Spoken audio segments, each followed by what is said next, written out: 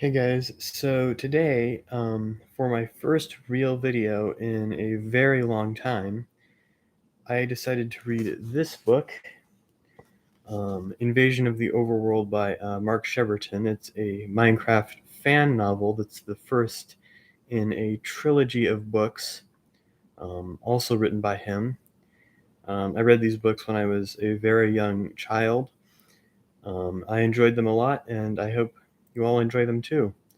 So, uh, without further ado, let's get right into it. Chapter 1 Game Night's Game. The gigantic spider approached his hiding place slowly, methodically, its multiple red eyes burning like angry coals at the heart of a smoldering fire. Game Night 999 knew it was coming, but was not afraid. His iron armor would protect him. In fact, he wanted the spider to come closer, hoping he had the timing just right. Clicking sounds from the spider floated through the forest trees and reached his ears, getting louder as it neared. Then there were more sounds from its companion. Two spiders were now tracking him. Leaning out to look around the trunk of the gnarled tree, he took a quick glance, seeing the arachnid pair searching for him, the monsters peering into dark hollows and leafy shrubs. Moving back behind the tree, Game Night pulled out a torch and placed it on the ground, the yellow light casting a warm circle of illumination that would only be seen by other users. After a few seconds, he dug up the torch with his diamond pickaxe and put it back into his inventory. That should hopefully attract some attention, he thought to himself.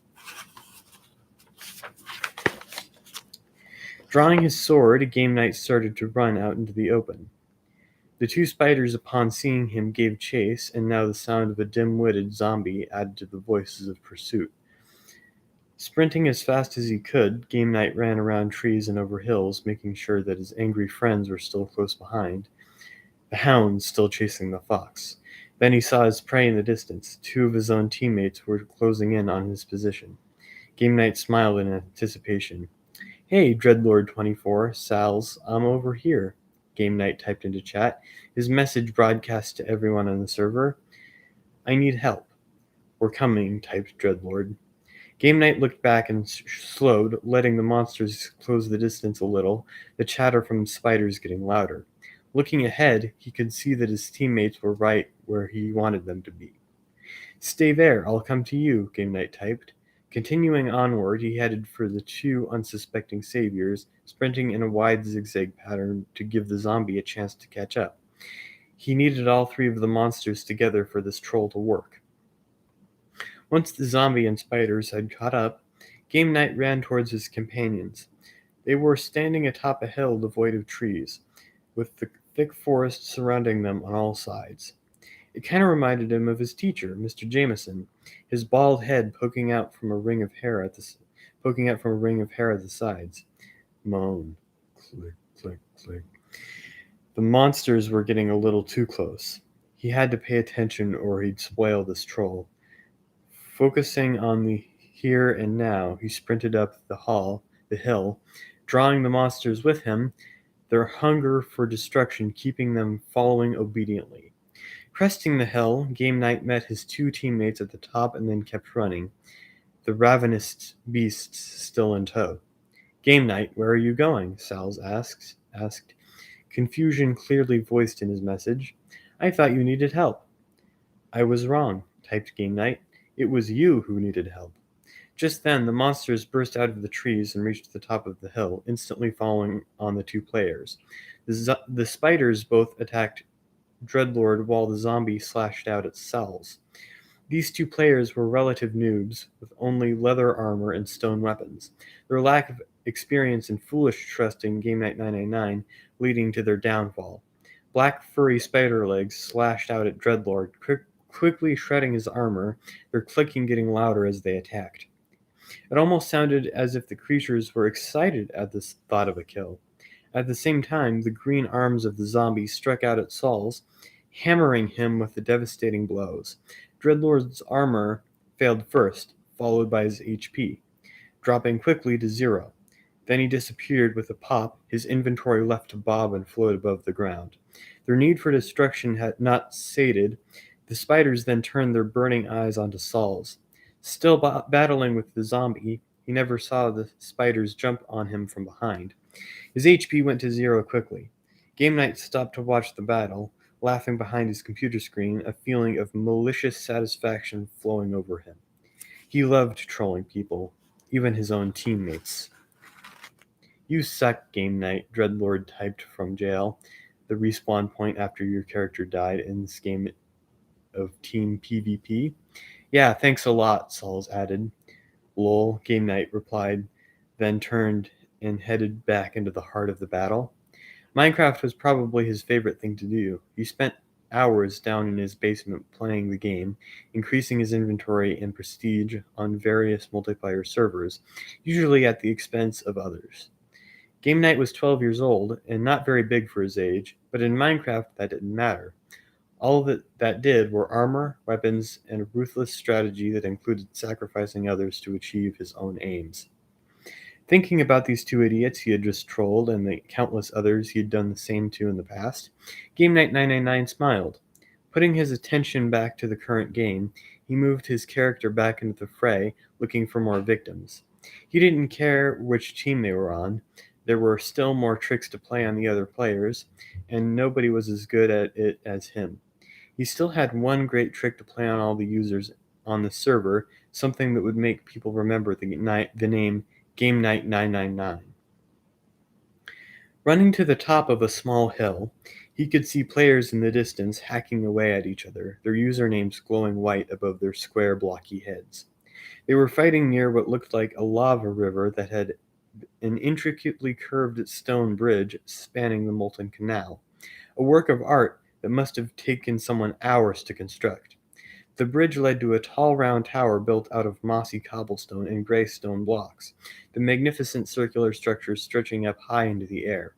At the top of the tower shone a bright white light, a diamond beacon casting a brilliant shaft of light straight up into the blue sky, the end goal of the game.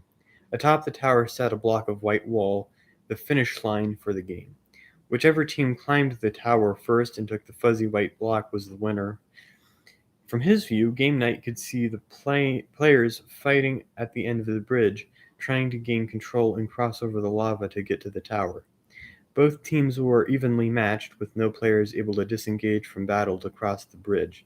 Without getting picked off by archers, that would soon change.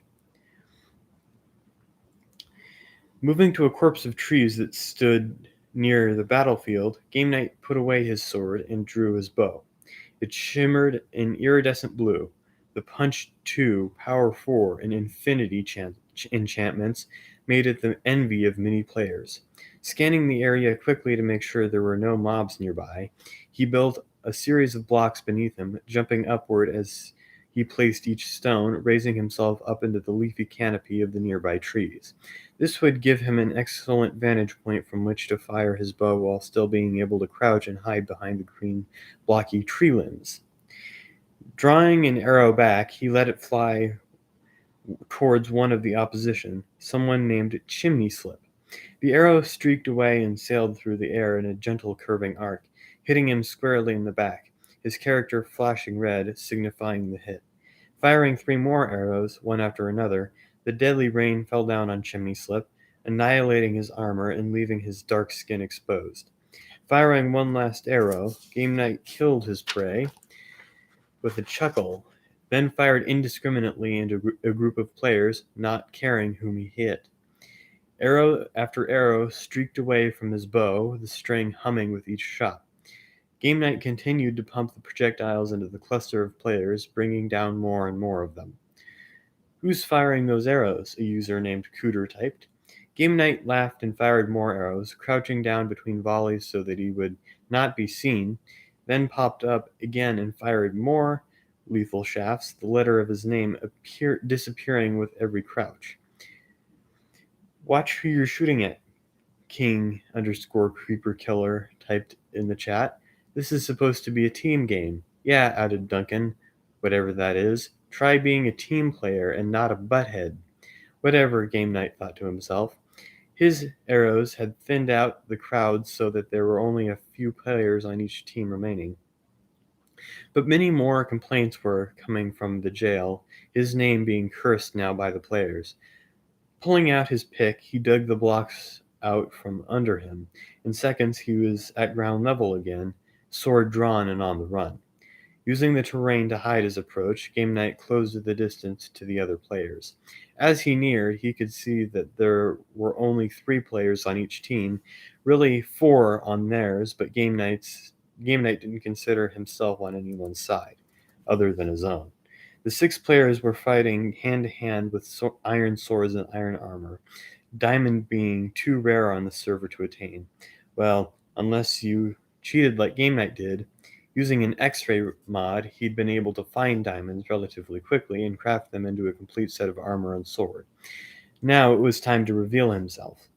Opening his inventory, Game Knight removed his iron chestplate, leggings, boots, and helmet and replaced them with a diamond set, the blue armor, making him look as if he was covered with ice, his sword almost glowing in the darkness.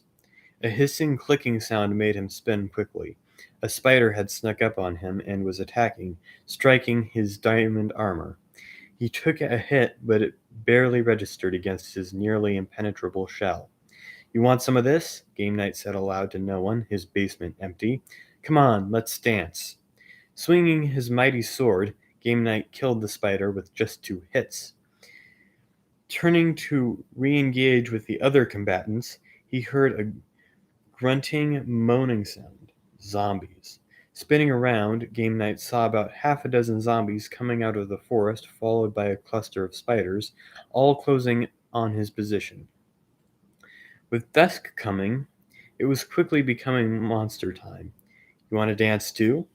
He waited patiently for them to get closer, then took off running towards the battlefield, the zombies obediently following, their thirst for destruction making them give chase.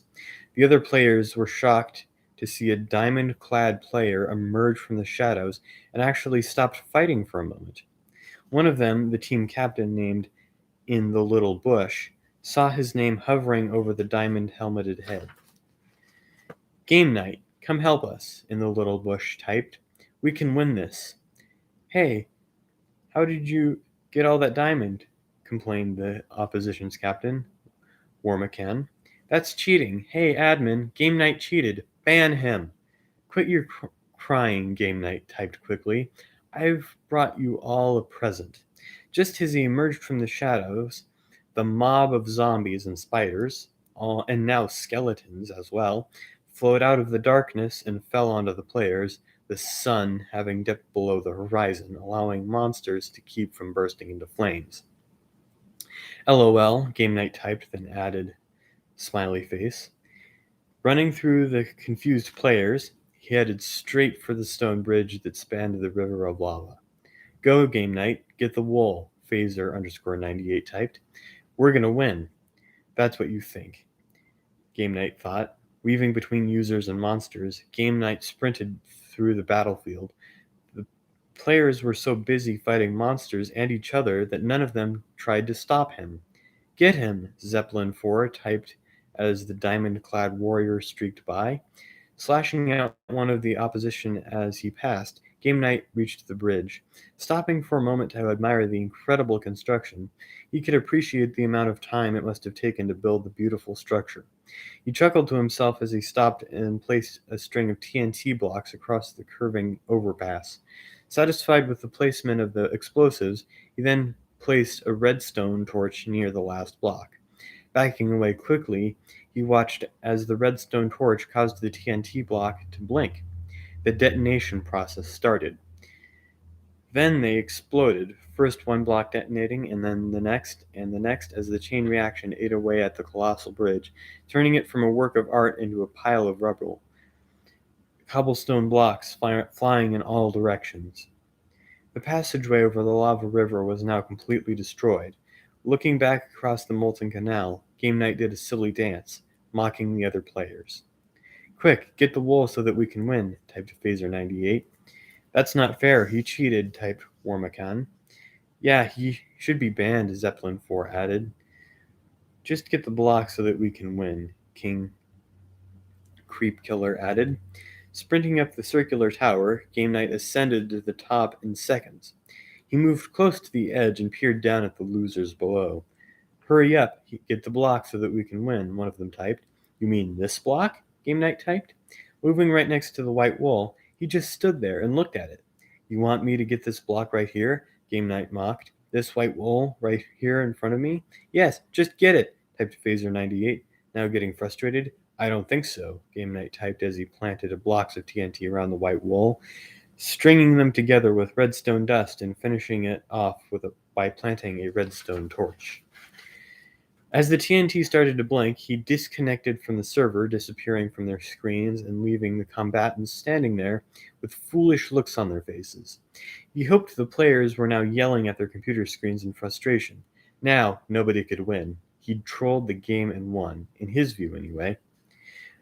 Leaning back in his comfy office chair, Chapter 2, The Server. Leaning back in his comfy office chair, Game Night 99 laughed at the screen. You're a bunch of idiots, he said to no one, smiling. The room echoed his laughter back to him, cold and empty. He was playing alone as usual. Noises could be heard from upstairs. His younger sister was watching some foolish kids show, the sounds of cartoon creatures singing an annoying childish song lightly filling the air. Game Night shook his head. His sister could be such a pain sometimes.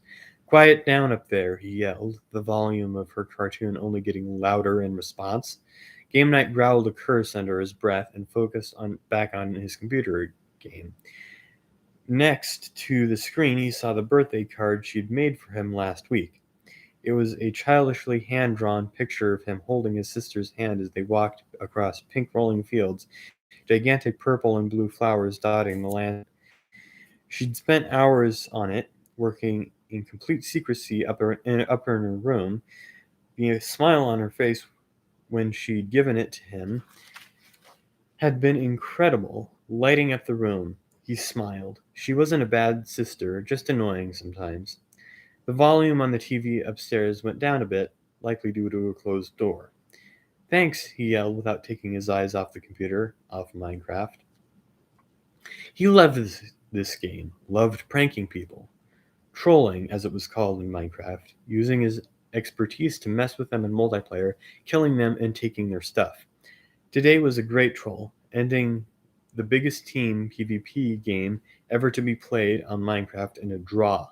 No winners except him. Laughing again, Game Night logged back into the game and went to his server list. He'd heard of a new server, something really big. Pulling out the paper he'd written on the IP address on, he joined the server. It was a survival game, his favorite. With all his mods and software hacks, he'd rule this server in no time at all. Hopefully their security wouldn't be very good and he could get into creative mode quickly. As the game started, the opening scene looked different, with strange writing on the screen that he didn't recognize. Letters and words that were completely unintelligible. This is different, Game Night said to himself as he tried to decipher the image. Just as patterns started to surface from the writing, the screen went blank and his character suddenly spawned into the game. The area where he appeared was interesting. No, it was very interesting, with gigantic cliffs nearby and a long waterfall falling from its heights. Overhanging surfaces hung high up in the sky next to the waterfall, at least 40 blocks into the air. The water was falling down the complete height, but continued into a deep cavern at the foot of the cliff. Bright light from within the chamber told him that there was lava somewhere down there, likely the meeting of the water and lava forming cobblestone. Climbing to the top of a nearby hill, Game Night could see another interesting stone outcropping nearby, with more overhanging structures sticking out into the air, a village beyond that just barely visible in the distance. This rocky structure had long columns hanging underneath the overhang, the stony spikes looking like the giant fangs of some blocky leviathan. Yes, this server was definitely interesting. The sun was starting to set, something that could be a problem on a survival server if you weren't prepared. But of course, Game Night was always prepared. Hitting Control Z, he opened his favorite cheat. An inventory popped up on his screen, giving him access to everything. Of course, he took diamond armor and a diamond sword, but he also took a bow, a stack of arrows, and an anvil.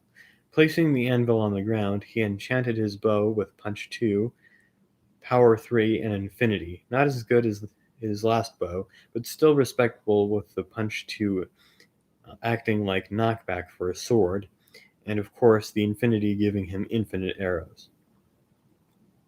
After grabbing some golden apples to eat later, he closed his inventory and went hunting. Seeing some pigs on the grassy plain below, he threw arrows at them to get the range, then started drilling them from the hill, firing 6 quick shots at the annoying pink animals, hitting and killing 4 and barely missing 1. He decided that he would allow this lone pig to live out of the kindness of his heart, but then changed his mind and fired a 7th arrow, the iron barbed projectile quickly transforming the animal into a pile of bacon. Running down the grassy hill, Game Knight collected his prize, pork. As he picked up the last pile, he saw a couple of players moving towards him, walking under the canopy of a small cluster of trees, mostly oak and birch. They were obviously noobs, having only leather armor and stone swords, and staying much too close to the shadows. Quickly scanning the area and looking around for threats, Game Knight moved behind a group of birch trees, the low-hanging branches hiding him behind their leafy arms while he waited as the players neared. A zombie suddenly jumped out of the shadows and surprised them, arms outstretched. The 2 players struck out at the creature with their pathetic stone swords. They slashed at the green beast, filling the air, hacking furiously rather than one of them attacking while the other defended. Idiots. The zombie clawed and pounded on their thin leather armor, doing damage to sections of the protective coats as they battled. Rather than aiming for the head, the 2 noobs continued to hack at the outstretched arms, doing damage, but not very much, letting the creature respond in kind until they eventually killed the beast, but taking some damage themselves in the exchange. What a joke. Taking damage from just one zombie, Game Knight thought. These 2 don't deserve to play Minecraft. Pulling out his shimmering enchanted bow, he loosed an arrow at the nearest of the 2, then quickly fired another at his companion. Once he had the range, he continued to fire at the 2 players, piercing them with multiple arrows and killing them without a problem. Their armor offered little protection after the zombie battle. How pathetic. Their belongings fell to the ground. Stone tools, bows, arrows, and of course their puny stone swords, the items floating just off the ground. Normally, he would collect the spoils of war, but these 2 had nothing of value, so he ignored them and moved on. Turning, he headed towards the village he'd seen in the distance. Pausing to drink a potion of swiftness, Game Knight sprinted into the distance, wanting to get there before dawn. As he ran across the blocky terrain, he could see the lights of the village drawing nearer, the darkness making it difficult to see his surroundings. Oh no, hole in the ground. Stopping quickly, Game Knight just barely avoided falling into a cavern where he would have likely taken damage. Slowing his pace, he proceeded more carefully, avoiding the many caverns and crevices in this world. What an interesting map! It was like nothing he'd ever seen before. The village appeared as he crested the next hill. It was your standard village with crops at the center, near the well, small structures surrounding the fields, and larger buildings on the periphery. Dispersed amidst the wooden homes were the stone buildings that looked castle-like, with a tall 2-story tower rising above the rest of the structures. And of course, there were the villagers, maybe 20 of them. Most of them were hiding in their homes because it was dark, and nighttime was monster time. There were monsters all throughout the village: spiders, skeletons, zombies, and the occasional enderman. The zombies were milling in front of the many homes with their putrid green arms extended out in front of them as always, their tattered clothes barely clinging to their decaying bodies. They banged on the wooden doors, hoping to break them down and gain access to devour those hiding within, and gain and to catch the foolish villager that might be wandering outdoors. The spiders also prowled about the village, their bulbous bodies swaying side to side as their 8 hairy legs scurried across the ground. There were multiple red eyes looking in all directions at once. The skeletons stood off at a distance, each one armed with a bow and arrow, the moonlight shining bright off their bony physiques.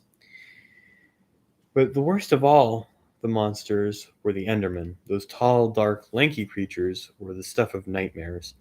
With the ability to teleport from place to place, they were a terrible foe to face in battle, very difficult to kill. With their long arms, they had quite a punch that could do damage to even the most stout of armors. The most terrifying aspect about them, though, was their glaring eyes, wide and always glowing with hate, and their maniacal laugh, bringing terror to the unfortunate soul who was close enough to hear it. Right now, these black monsters were just standing on the outskirts of the village, as if closing off the perimeter and making escape impossible. Game Night sprinted to one building and broke a block at head level, giving a skeleton an easy shot into the structure. The bony white monster took advantage of the opening and fired into the building, eventually killing the female villager inside. Game Night smiled. Moving to another building, he sprinted past a group of zombies and broke the door with his diamond pick. The zombies leapt at the chance and charged into the house, attacking the occupants within. They clawed at the blocky villagers, landing blow after blow on the helpless NPCs until their victims changed, becoming terrible demons themselves, villager zombies. Their long noses were now a greenish brown, their arms finally released and extended straight out in front of them. Their new moaning voices added to the cacophony of the battle. Game Night laughed. This was fun, feeding these NPCs to the mobs while at the same time running too fast for the monsters to catch him. But sadly, the fun was going to end. Game Night could see the sun starting to show its bright, square face as it peeked over the horizon in the east, the ground brightening until the zombies and skeletons burst into flame, the Endermen and creepers fading back into the hills. It was now time to search the village and steal anything of value.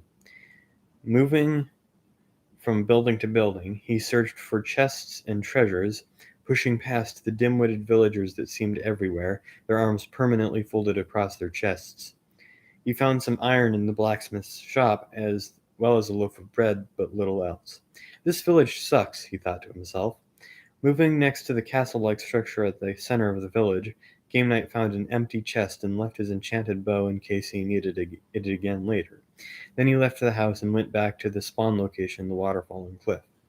Suddenly feeling thirsty in real life, he reached across his basement desk and grabbed the can of soda he'd been nursing throughout the last game. Bringing it to his mouth, he drained the last bit of sugary goodness, leaning way back to empty the can. Looking around the basement, he surveyed his surroundings. Around him were his father's inventions, nearly all being abject failures. An automatic ketchup bottle opener that tended to break off the top of a bottle, a 3D printer that printed using melted licorice, an iPod holder that mounted to your glasses so that you could walk and watch videos at the same time, failure after failure. Virtually all of these items were ridiculous and did something other than what they were intended to do.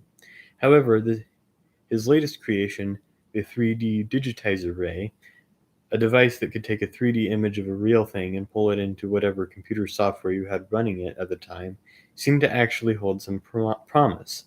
A sound came from upstairs, likely his dad coming home.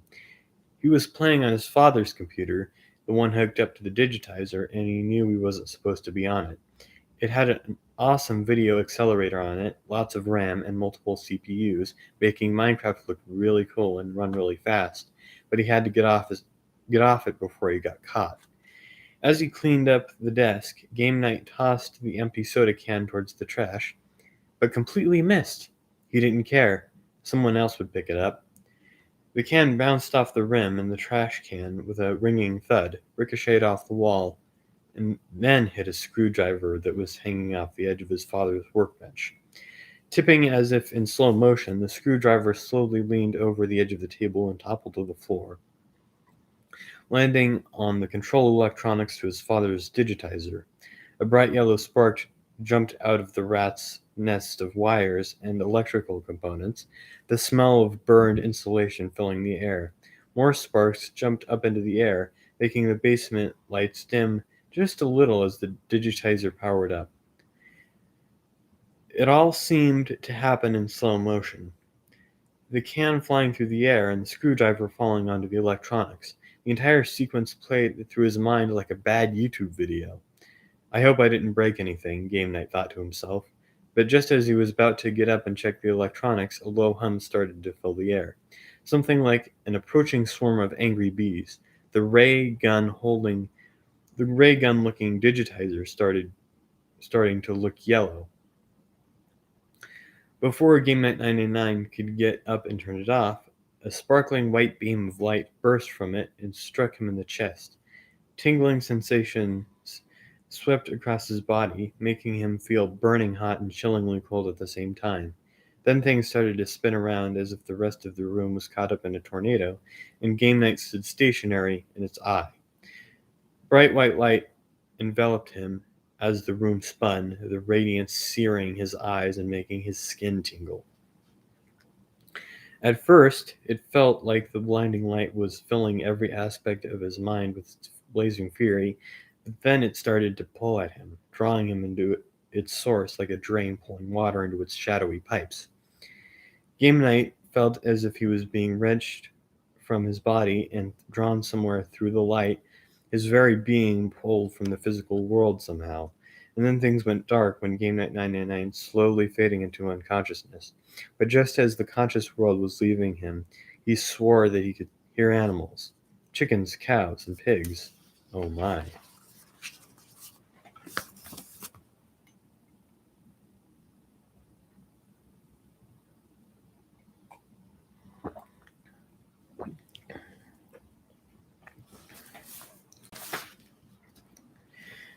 Chapter 3 Minecraft.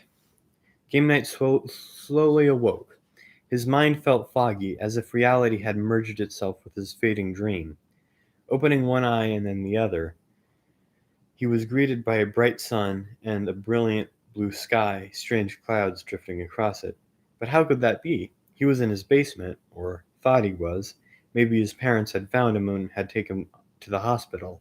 Was he looking through the window of his hospital room, seeing the sky outside? Closing his eyes, he moved his hands to his face and rubbed his head, a lingering echo of a headache bouncing around inside his skull.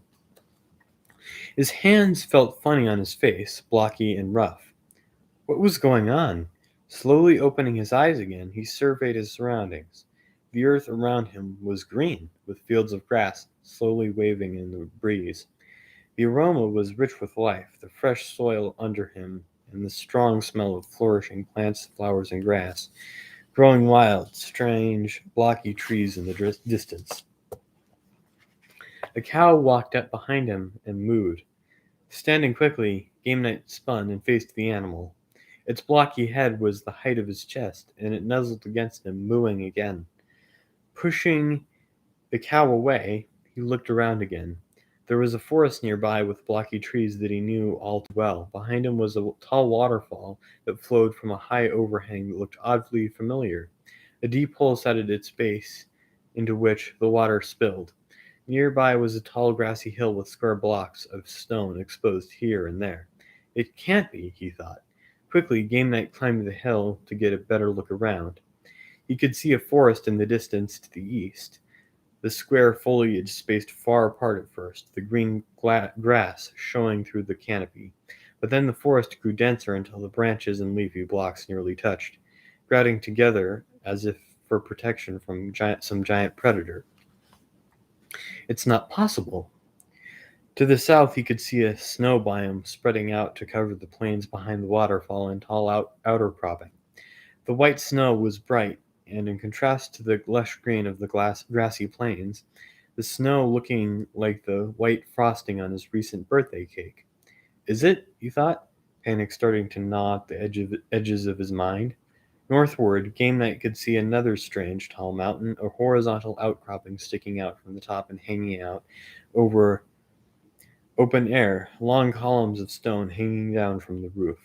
They reminded him of monstrous teeth, the mountain looking like the gaping maw of some gigantic prehistoric beast. But the most interesting feature was past this terrifying mountain. It was a village, its sloped roofs just barely visible in the distance. How was this possible? Looking to the west, Game Night could see a square yellow sun making its way inevitably towards the horizon, its motion almost imperceptible, yet he knew it was moving.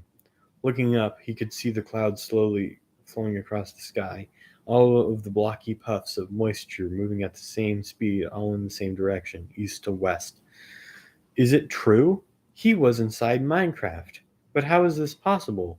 He remembered playing the team PvP and then going to that new server he had heard so much about. He'd spawned near a waterfall. Turning, he stared at the strange waterfall cascading from the tall rocky cliff. It couldn't be. He'd then shot those noobs and then griefed the village. Turning back, he stared at the village, just where it had been on the server. How is this possible? And then a memory blasted into his mind, the electrical buzzing of machinery and then the blast of bright white light. His father's digitizer. He'd heard it before, that buzzing sound, when his father did it. His experiments and the dark glasses he always wore to protect his eyes. The digitizer. Somehow he'd triggered the digitizer and it had pulled him into the software that was running on his computer. Minecraft. He was inside Minecraft. Is this a dream? Is it real? He touched his face with his blocky hands. It felt solid. He stomped the ground with his stubby feet. That, too, felt real. Running down the hill, he stood at the base of the tall cliff. The water splashing nearby, filling the air with mist, painting him with a fine coat of moisture. Wet. I can feel my skin getting wet. This is amazing. It feels real. Just then, Game Night heard a familiar clicking noise, like castanets mixed with the groaning sounds of wood cracking under strain. Spinning around, he found himself staring at an approaching giant spider, its black furry legs moving in staccato fashion as it walked across the grassy knoll, multiple red eyes staring at him hungrily. Fear shot through him like a jolt of electricity, but it was quickly snuffed out by his curiosity. He'd never seen such detail on the spiders before, all of the individual black hairs on its body moving as if under their own volition, its burning eyes looking in all directions at once as its blocky abdomen swayed back and forth at every step. His 1080p monitor was apparently not good enough to render the real thing. At the end of each leg, he could see a tiny multi-edged claw, the cutting edge curved and sharp, looking like some kind of a barbarian's weapon from World of Warcraft. Leaning forward, Game Night tried to get a closer look at those eyes, each one glowing as if lit with fire from within. Slash, bang. One of the furry legs shot out and hit Game Night, the claw scraping across his chest and cutting his shirt, the sharp tip finding skin underneath. Pain radiated through his body. Bang, click, click, click. The spider struck again, this time at his leg, throwing him backwards. More pain. Game Night could feel his health level diminish. This was real, not just a game. He had to get out of here. Jumping forward, the spider tried to leap onto its prey, clawed legs slashing in all directions. Game Night could feel one of them streak past his head, the breeze from the sharp claw painting his face. Panic and fear shot through his body as he rolled to the side, narrowly avoiding being crushed by the large, blocky monster. He couldn't stay here. He had to do something or he was dead. Standing up, Game Night turned and ran. The spider struck out again, but narrowly missed, the vicious claw just slicing into the back of his shirt, missing his flesh. Experience told him that spiders were fast, but he was faster when he sprinted, and so he sprinted, the gigantic multi-eyed fuzzy black monster on his tail. Terrifying clicking sounds filled the air as the spider followed. He had no weapons, nothing to fight back with, only his experience and his wits. What was he going to do? The spider started to close the distance. He had stopped sprinting and was only running. Sprinting again, he ran up a nearby hill, timing his jumps with practiced efficiency as to not miss a step and get stuck on a block or be faced with a 2-block vertical jump, something that wasn't possible in Minecraft. Reaching the top of the hill, Game Knight could see the spider looking up at him, its multiple red eyes filled with hunger and rage. Why did this thing want to kill him so badly? It was as if Game Knight had something that the spider needed desperately. Jumping up the blocky hill, the spider started to ascend, burning eyes focused on its prey. He couldn't stay here, he had to move. Running down the backside of the hill, Game Knight took a couple of 2-block jumps, knowing he wouldn't take any damage, and then he saw the nearby waterfall and had an idea. Fighting this beast hand to hand was suicide. He knew this for a fact. He needed a weapon, and the waterfall was all he had. Spiders were tough and strong and fast, but they were also stupid. Sprinting down the hill, Game Knight lengthened his lead, the timing of his jumps impeccable. All of that parkour training was finally paying off.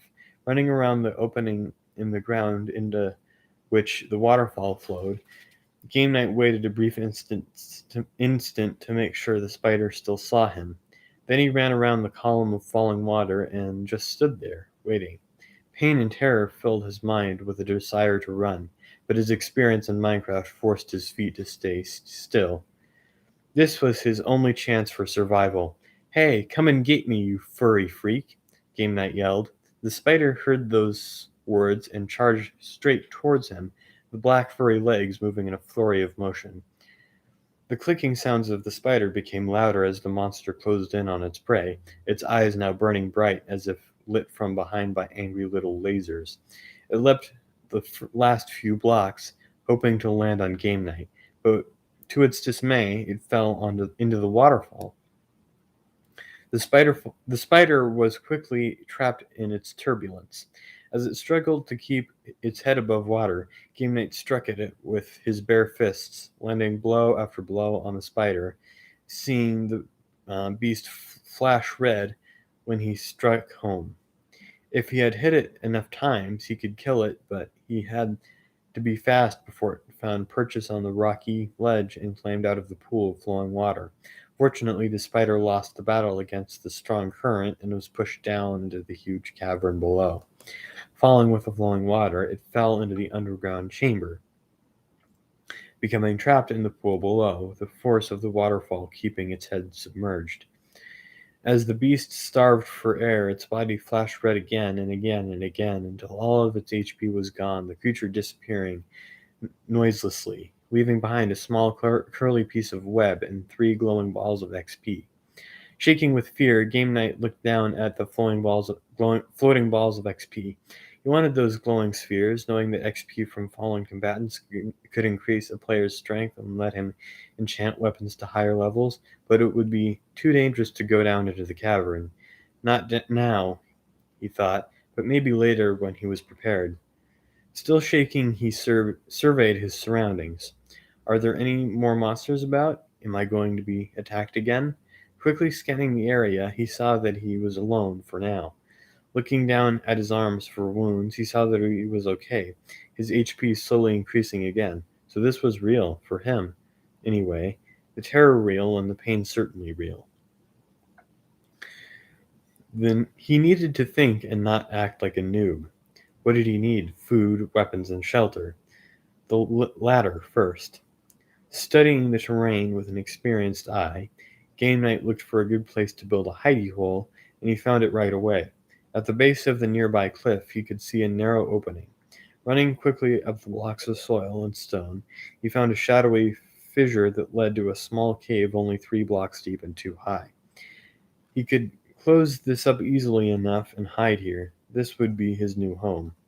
Now he needed wood. Running back down to the basin at the edge of the basin at the base of the cliff, he sprinted to the nearby trees and started pounding with his bare fists, breaking block after block. He shredded one tree, then moved to the next, getting 4 blocks from each. That was good enough for now.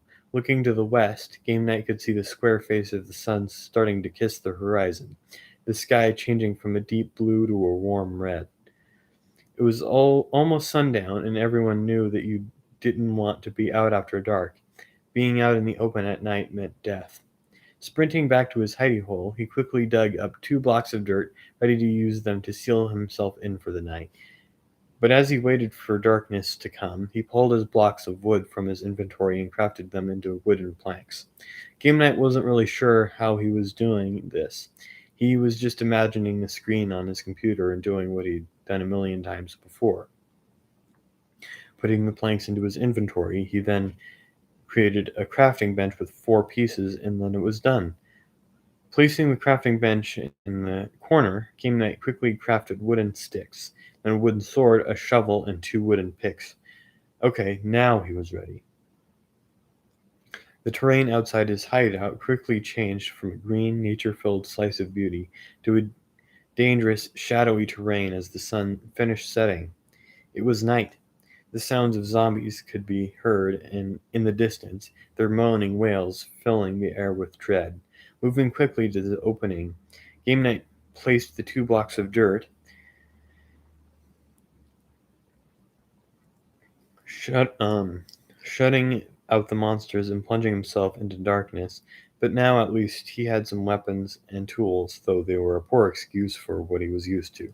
Lifting the sword, he swung it through the darkness, feeling the keen edge cut through the air and accidentally hit the nearby wall. Having a weapon in his hand felt good, felt natural, but his mind was still filled with fear as the sounds of spiders, zombies, and skeletons trickled into his hidey hole, echoing throughout his mind. He had to remember, this was real. Pain was real. Was death real? Turning to the nearby wall, Game Night 999 pulled out his pick and started to dig.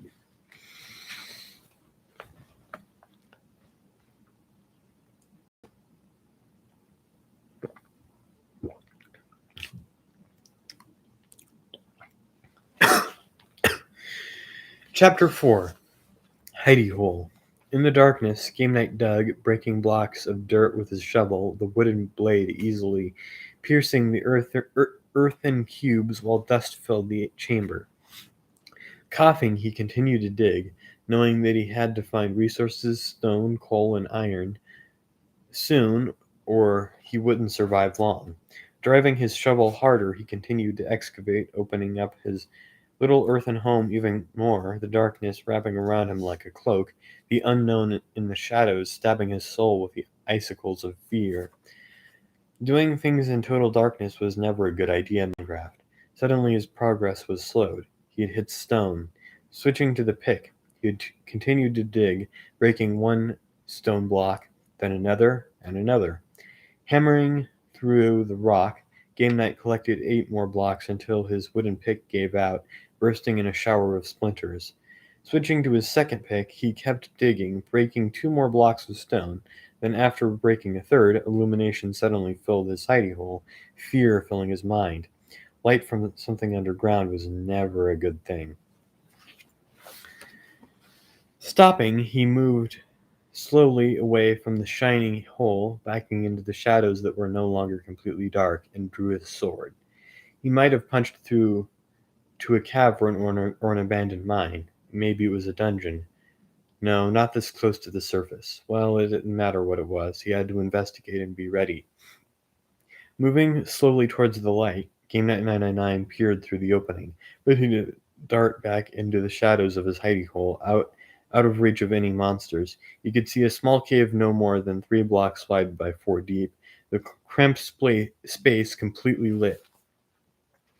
At the back of the cave was a small pool of lava 2 blocks wide, the bubbling molten stone glowing warm orange.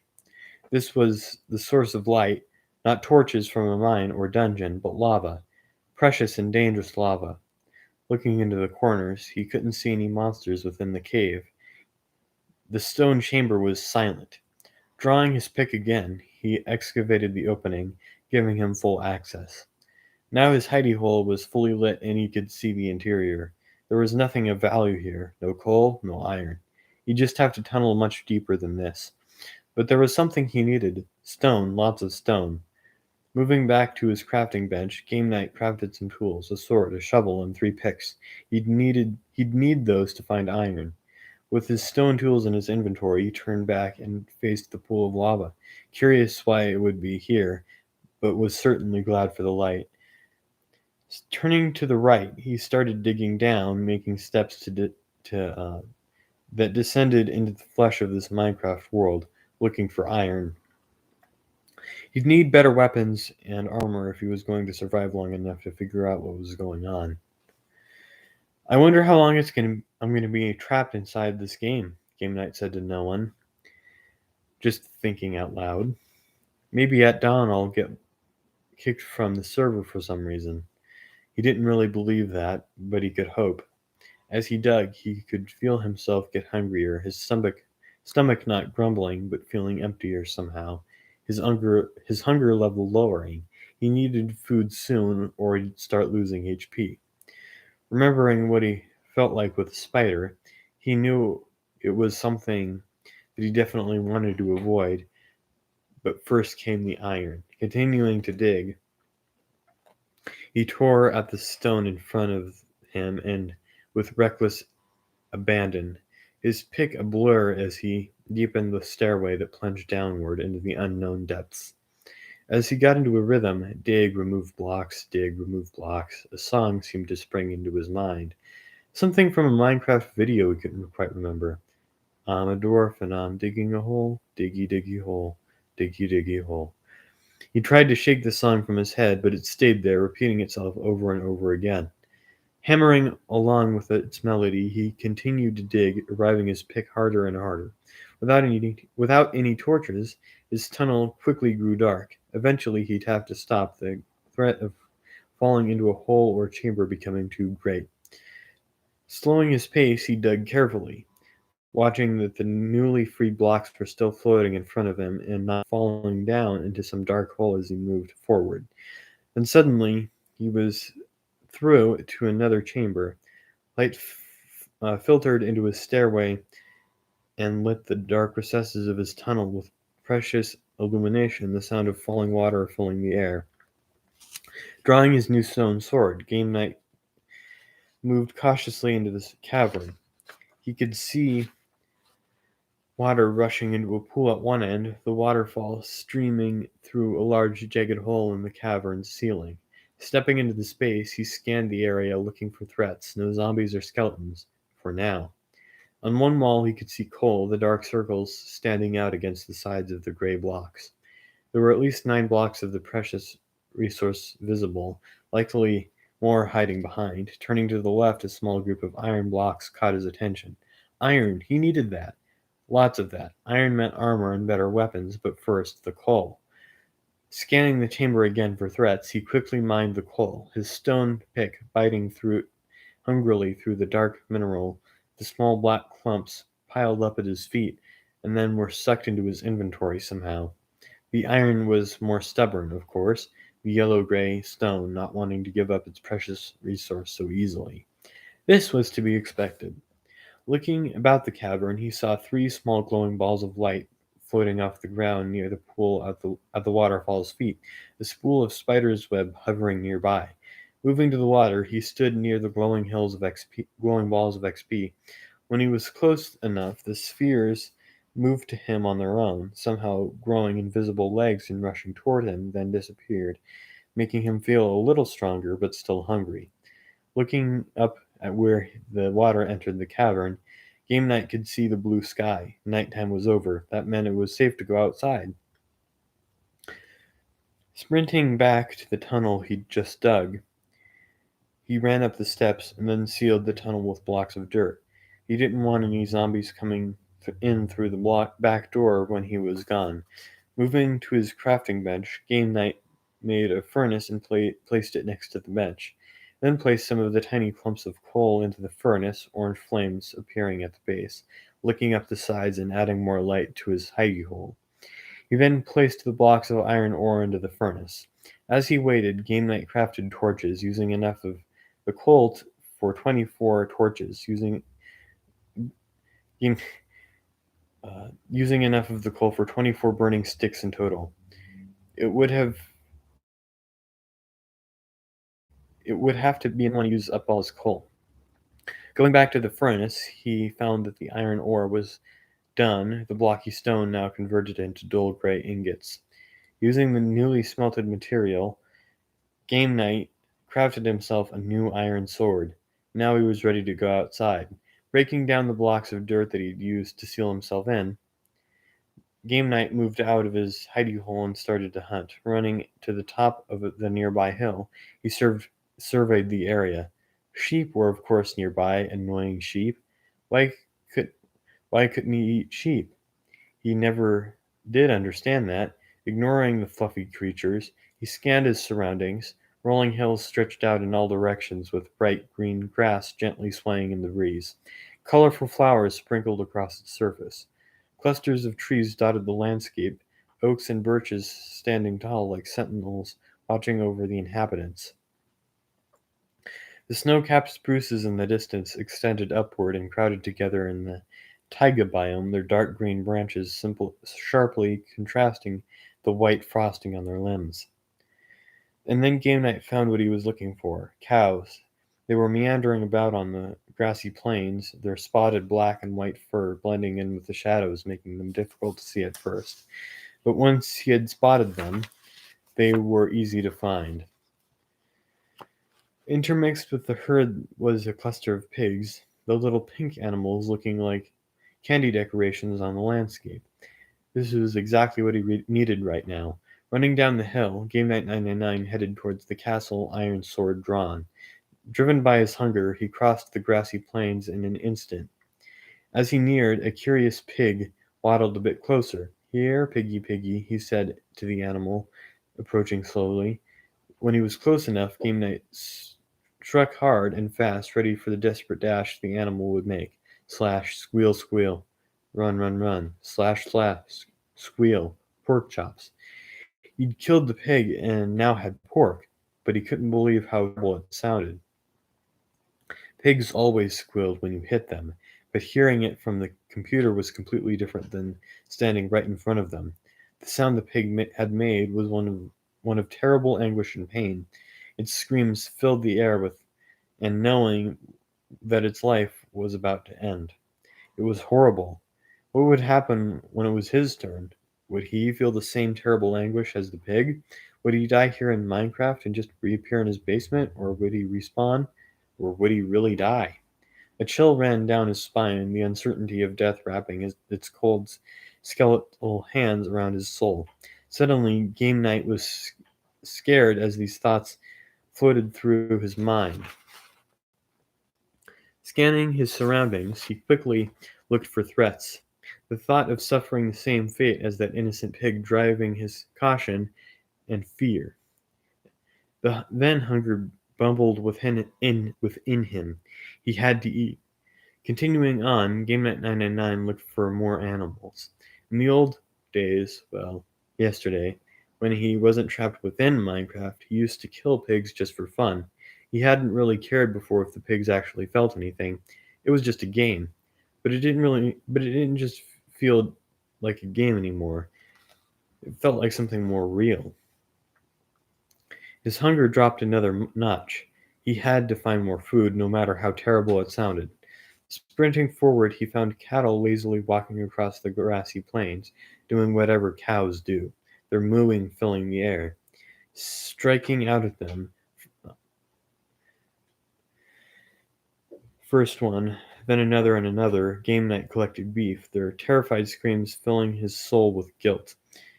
After the third cow, he spun around and headed back to his hidey hole.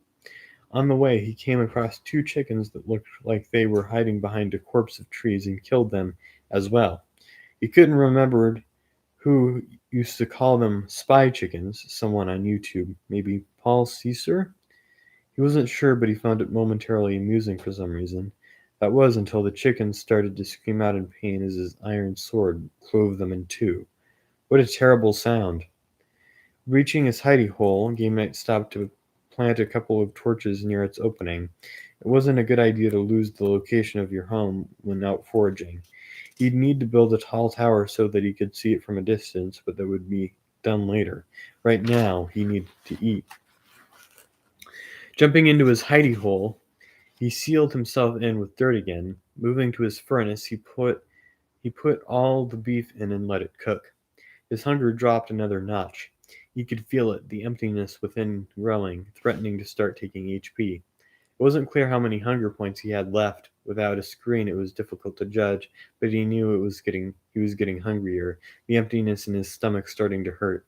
As soon as the first streak as soon as the first steak was done, he gobbled it down and then ate the next one just as quickly. The meat filled Game Night 99 with strength, driving the hunger from his body and adding to his HP. It was funny, he could feel the little bars of health refilling even though he couldn't see them. Feeling fully healthy, Game Night crafted another stone pick and started to look for iron ore once again. Digging through the dirt that he'd used to seal up his mine shaft, he headed down the stairway and into the cavern below. Once inside, he put a torch in, over his tunnel, then stayed to move into the dark recesses of the cavern. Staying to the right side, he placed torches so that he could see the walls, looking for the all important coal and iron. Moving deeper into the cavern, he searched the walls while also continually scanning the space for monsters, planting torches as he went.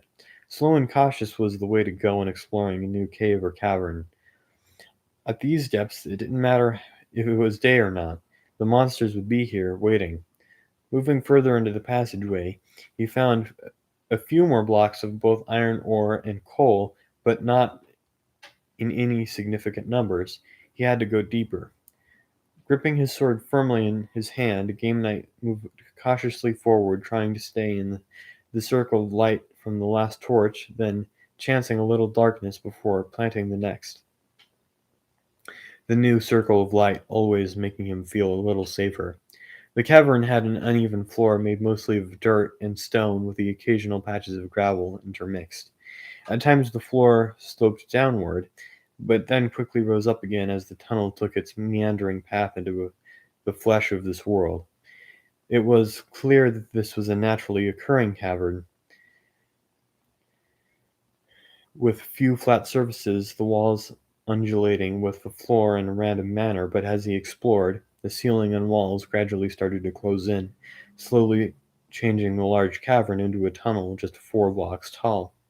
This was better. His torch could illuminate both walls. He found 2 more blocks of iron and dug them up with his stone pick. Snap! The stone tool broke, its strength finally used up. Pulling out his second pick, he continued down the tunnel. It started to slope downward even more now, and this worried him. Down was where monsters lived. Pulling out his sword, he continued, stopping to dig up the occasional iron or coal block.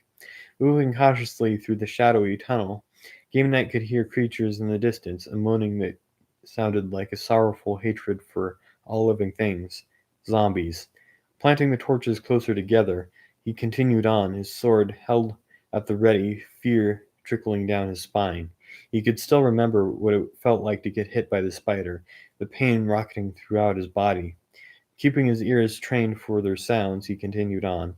Finding a huge patch of iron around the next bend, Game Night excitedly pulled out his pick and started digging. 1 block came free, then another, and then 2 more. Snap! The pick gave the last measure of its life, then disappeared with a pop. Pulling out his last pickaxe, he continued mining, hammering at the yellow speckled blocks with all his might. This vein of iron ore might give him enough metal to craft that which he desperately needed if he were to survive in this world. Is this even real, he thought? It certainly felt real when that spider slashed at him, the pain still vivid and real in his memory. As he dug, he focused on clearing all the iron, not wanting to miss a single block. Chunks of stone came free with the iron as he looked for the boundary of the vein, many of the blocks falling to the ground and just floating there, bobbing up and down as if suspended on some unseen ocean. As he dug, Game Night found a cluster of coal adjacent to the iron. Perfect. Digging up from the rest of the iron, He then focused his attention on the coal, freeing the dark stone quickly, leaving small black piles at his feet. As he moved to collect the coal, sorrowful wailing filled the air, like the moaning cries of a creature in complete despair. There was no hope or love or life within that terrible voice, just an overwhelming sadness for its own existence, which had turned so sour that the creature now hated all living things. A zombie was near. Spinning around, Game Night felt the sharp sting of the zombie's strike. The rotting, decaying monster reached out with its sickly green arms and struck at his shoulder, landing a glancing blow that didn't do much damage but still hurt. He looked at the zombie's outstretched arms, expecting to see what the normally blunt, ineffective appendages, but he instead noticed 5 sharp claws at the end of each hand, their razor sharp tips gleaming in the torchlight, reaching out to him.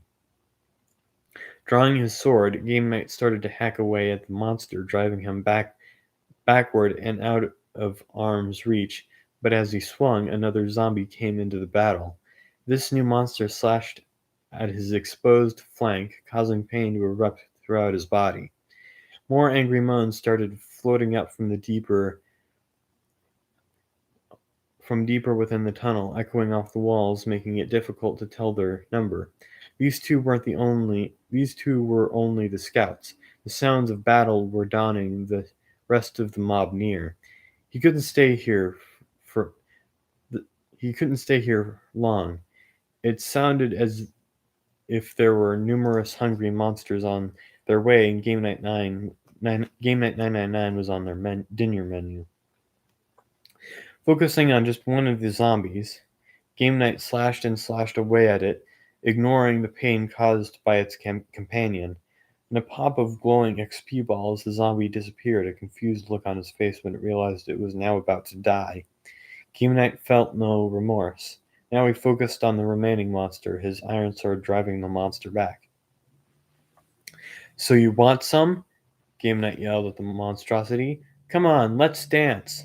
He hacked at his enemy faster and faster, trying to do more damage, the heat of battle masking the pain from his injuries. The zombie flashed red. "Yeah, how's that feel?" Slashing at its head, there was another flash of red and then another. The zombie fought back, its sharp claws streaking through the air, but just missing Game Night as he leapt back, careful to stay out of reach. He didn't want to feel those terrible claws again.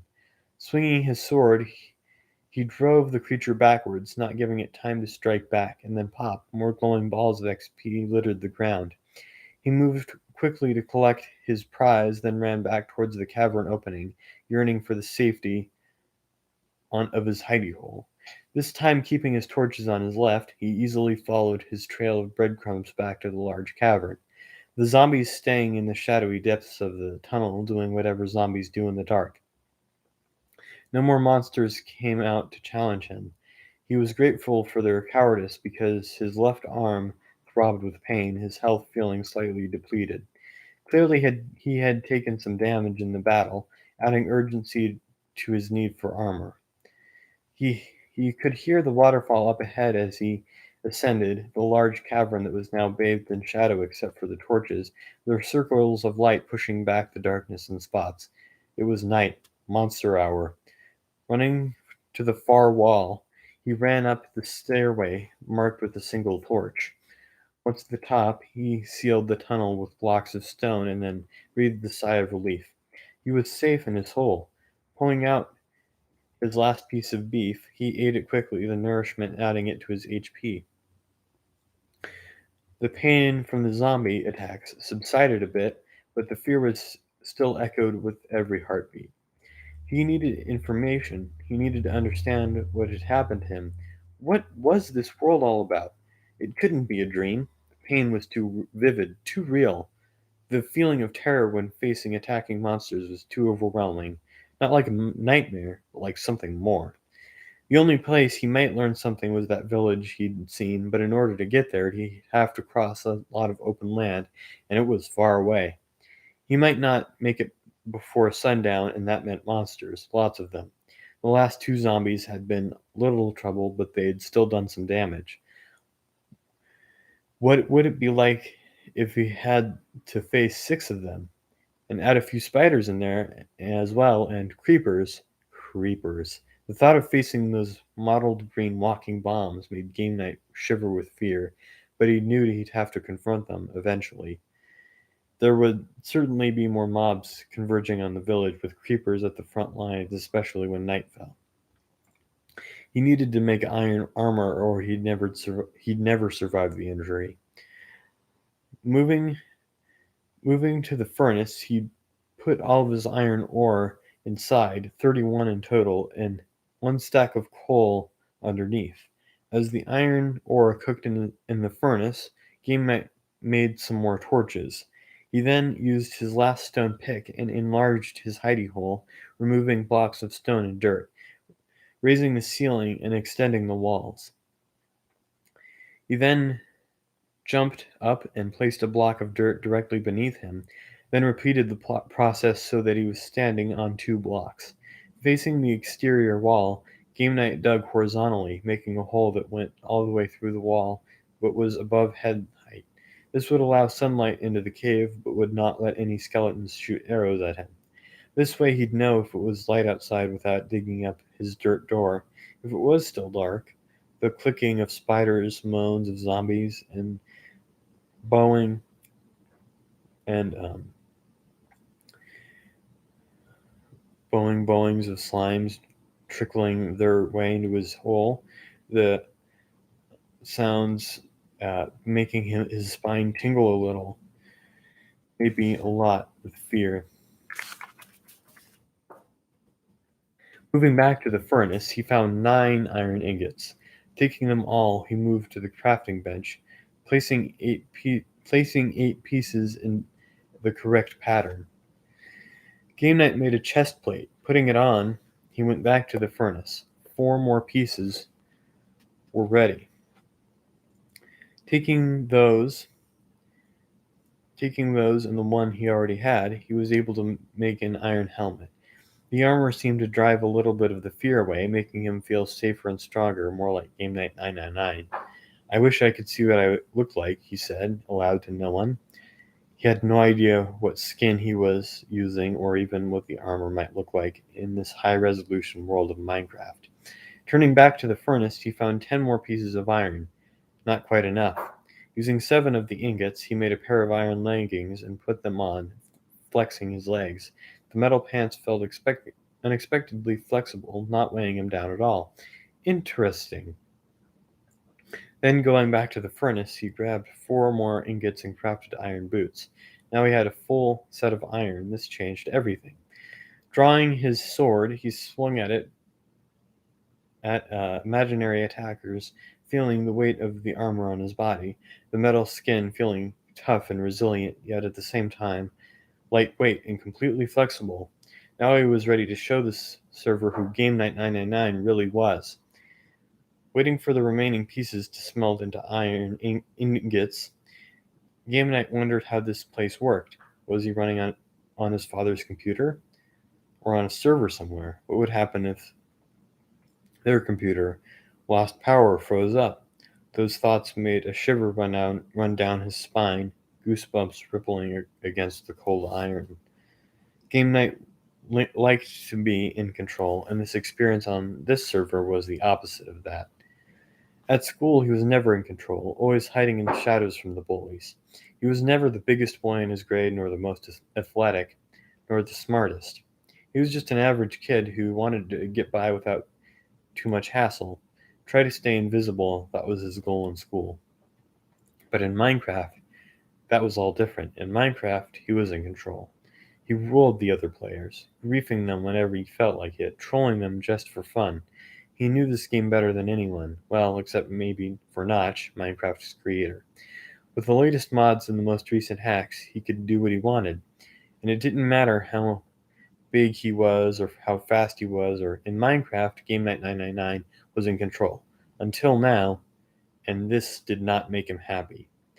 Turning back to the furnace, he took out the remaining ingots of iron and crafted an iron pick, iron axe, and iron shovel. Now he had a full set of tools. Putting the rest of the pork and chicken into the furnace, he cooked them quickly and put the food in his inventory. He'd need it when he left his hidey hole. Pulling out his new shiny pick, he did the same with the crafting bench, putting the essential tools into his inventory as well. Now he was ready. Placing a block of dirt next to his stack of 2 stone blocks, he stepped up and looked through the horizontal hole he had just dug. He could see that the sun had risen. It was morning, and the sun's square yellow face was now visible. It was time. Stepping down, he moved to the dirt blocks that enclosed his cave and dug them up with his shovel. They fell away easily. Stepping outside, he sealed his hidey hole back up again. He'd learned long ago never to put a door on your hidey hole because griefers could find it and steal everything. Steal everything you had hidden there, as well as destroy your hideout. He knew that because he'd done it many times to those pathetic and unwary players. Looking to the east, he could see that the sun had fully risen. There was still time.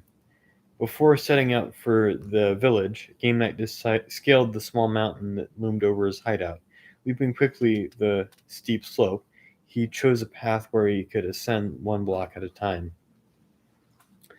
Backtracking a few times to find a jumpable path, Game Night eventually made it to the top.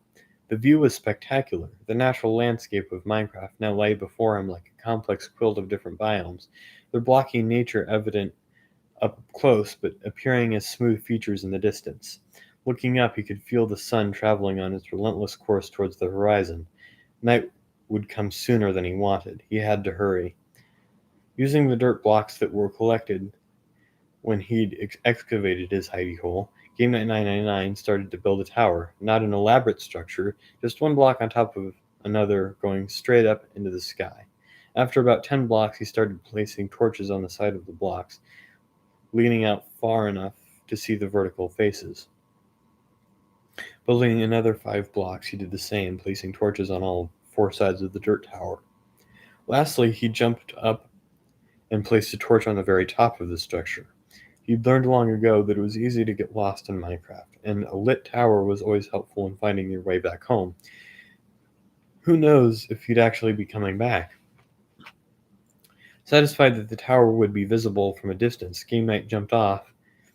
If he were to fall straight onto the ground, he'd likely take damage, but the tower had been placed strategically next to the source of the waterfall, a bubbling pool of water that flowed over the edge of the outcropping, falling some 20 or 30 blocks to the ground below.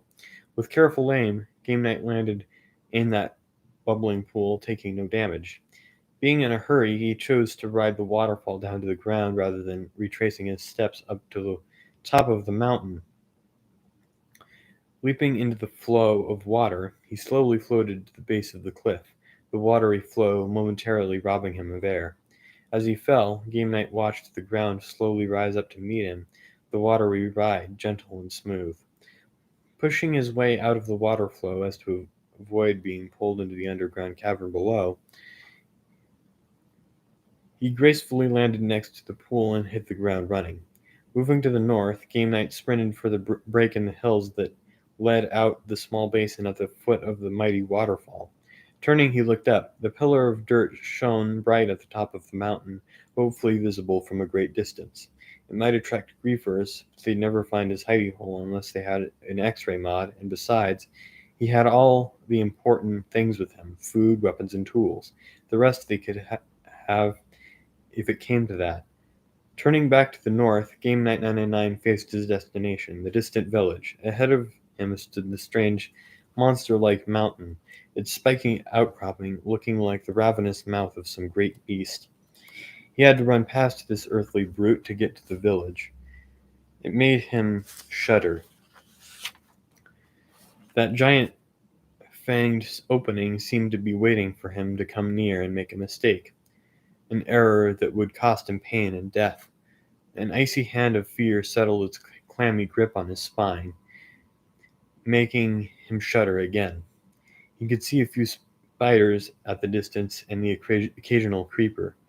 Speed and stealth were critical now, or he'd get to the village too late. Worse yet, he might never make it at all. He'd wished he had Shawnee, his Minecraft friend, with him. Shawnee was maybe his only friend. They'd gone on many adventures before, fought many battles side by side. It wasn't very common for game night to say that he needed someone. He he was a lone wolf by nature, but today, right now, he desperately needed someone. Needed his friend, but wishes were didn't get you anything, just false hope. Stuffing his fear deep within his soul, he started to sprint towards the village, anxiety and dread tickling the edges of his mind. Monsters beware, he said, holding a sword up high, his body wrapped in life-preserving iron. Game Night 999 is here. And onward he ran towards the village, towards his fate.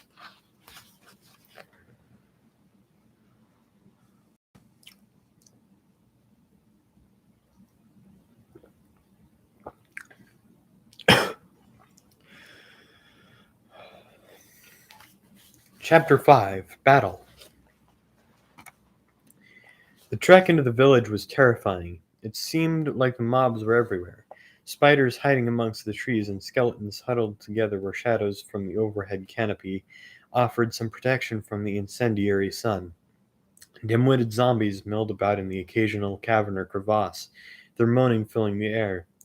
There must have been at least double the number of monsters normally on a server. Somehow, the monsters seemed to feel his presence even from a distance, his flesh drawing them to him like sharks to blood.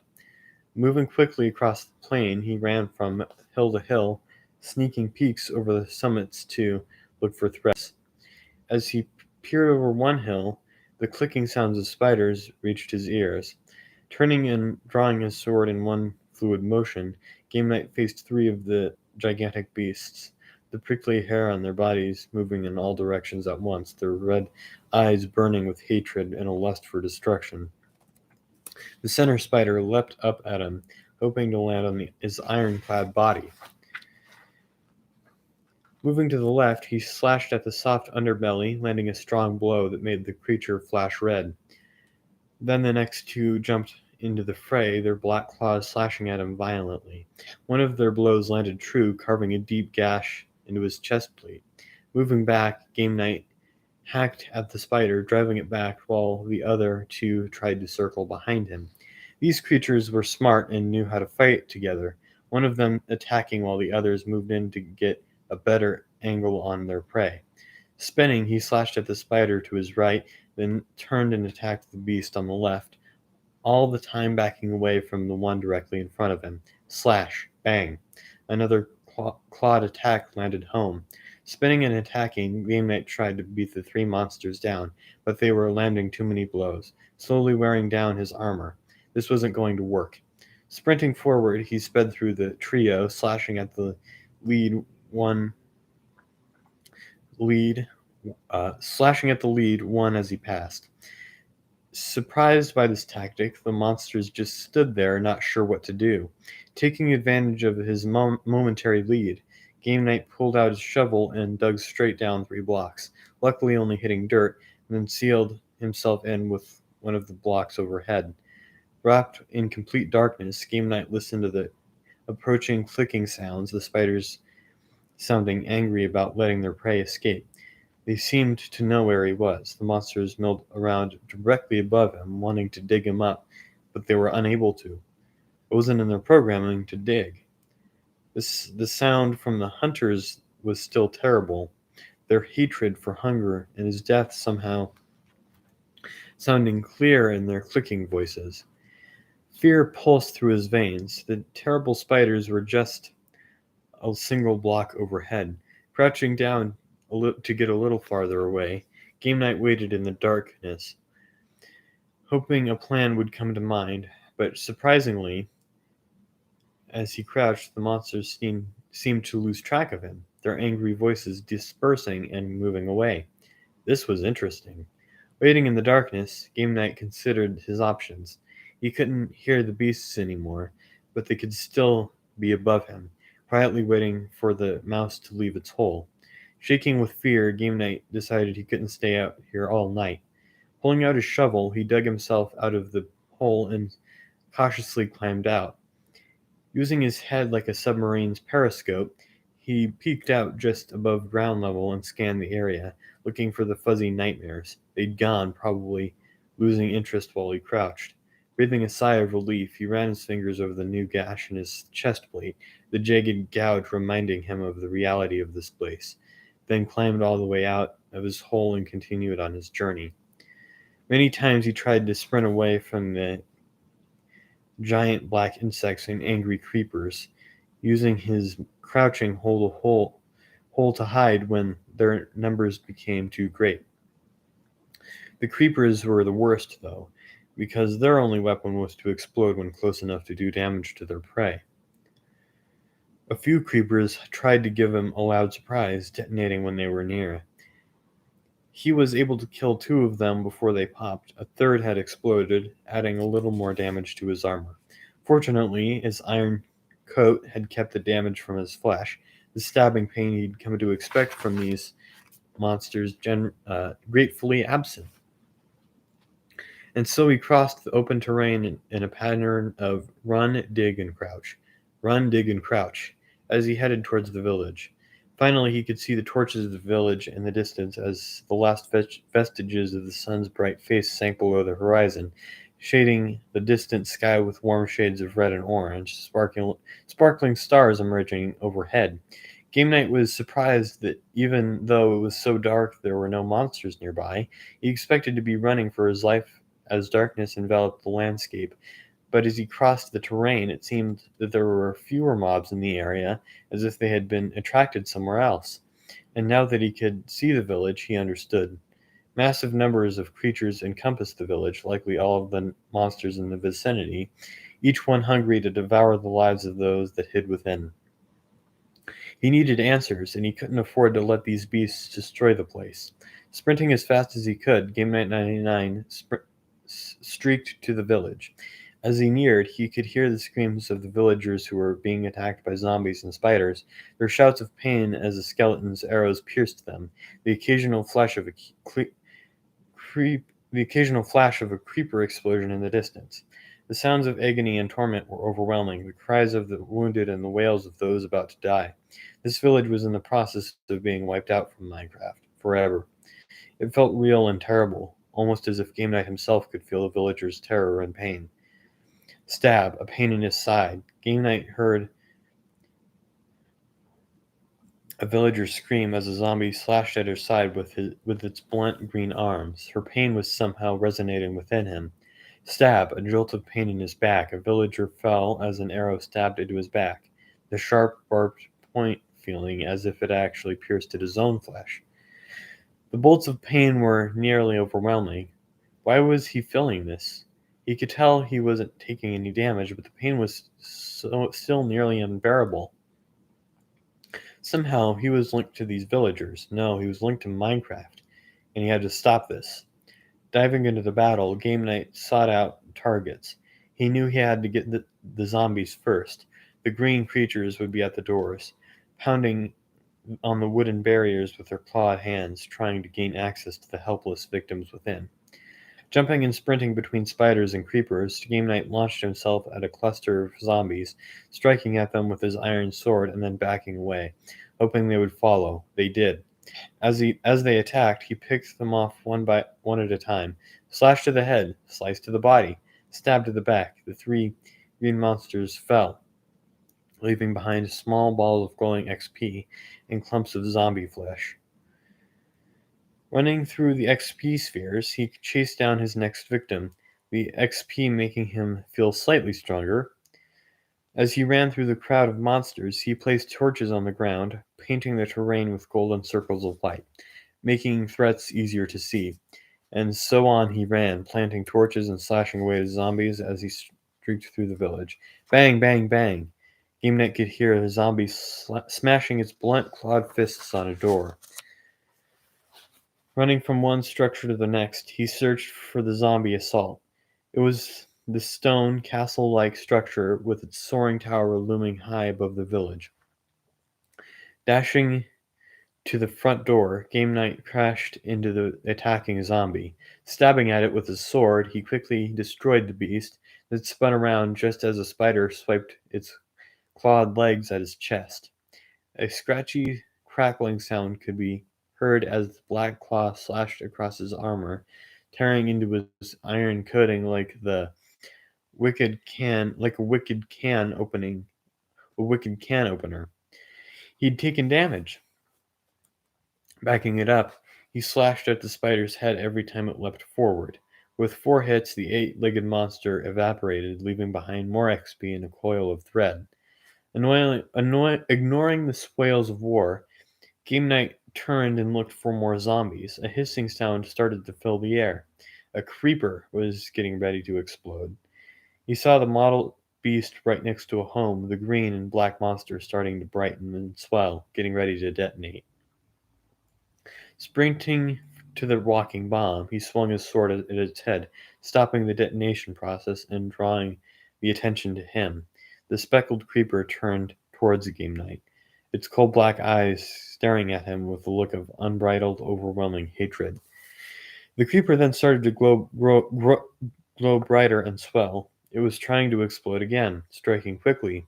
Game Knight swung his iron blade at the monster, hitting it again and again until it disappeared with a pop, leaving behind a small pile of gunpowder and more XP. Streaking through the battlefield, Game Knight continued to hammer away at the zombies, cleaving heads and arms with his iron weapon. He was like a spinning whirlwind of death, his blade carving great sweeping arcs through the mobs, slashing at the monsters like he'd done so many times before, but this time it was different. This time it was for real. The zombies now all knew that he was there, and they had become the hunted. Changing their tactic, the green creatures clustered together in large groups, the long claw-tipped arms of all reaching out for him. Sprinting past such a cluster, Game Knight could see the tall Endermen standing on the periphery, their white eyes burning in the darkness. They were watching him closely, directing the battle somehow. Just then, a group of zombies approached, their sorrowful, moaning voices filling his ears.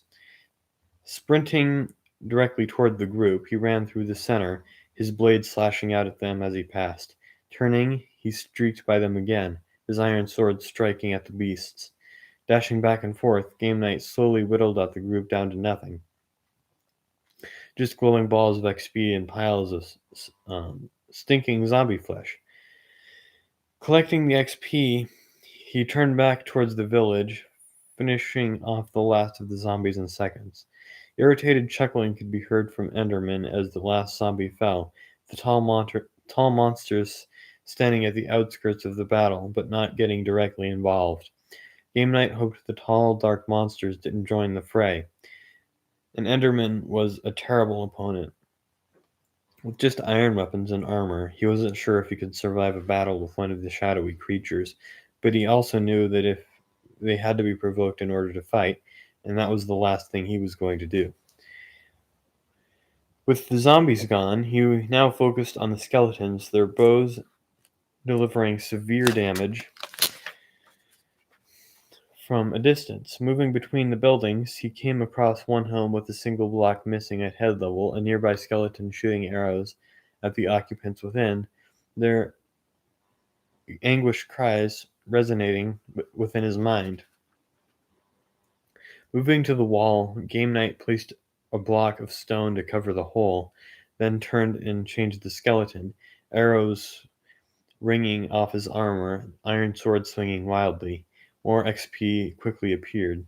One building had a missing door, the NPCs within it hiding in a back room. Game Knight quickly sealed the doorway with stone and then ran on, looking for more targets. In the distance, he could see Endermen teleporting from one place to another, a cloud of purple particles always following them. They looked like they were trying to get a better view of the battle. Occasionally, one of the dark beasts would teleport directly into the village for an instant before disappearing in a purple haze. Quickly looking away so not as to not provoke one, Game Night continued striking at the monsters, forgetting about the black lanky creatures for now. He'd done significant damage to the attacking horde. All of the zombies gone, and he was now focusing on the skeletons and creepers. Sprinting throughout the village, he outran the spiders, but had to get close to the skeletons to do any damage. Remembering something he'd learned from playing one of his dad's old PC games, Wing Commander, Game Night focused on the skeletons. By running in a zigzag pattern, he bolted near the bony monsters and struck quickly with his sword, delivering only one blow before he sprinted away. Using these hit-and-run tactics, Game Night slowly chiseled away at the skeleton's HP, moving fast enough to make accurate bow shots difficult.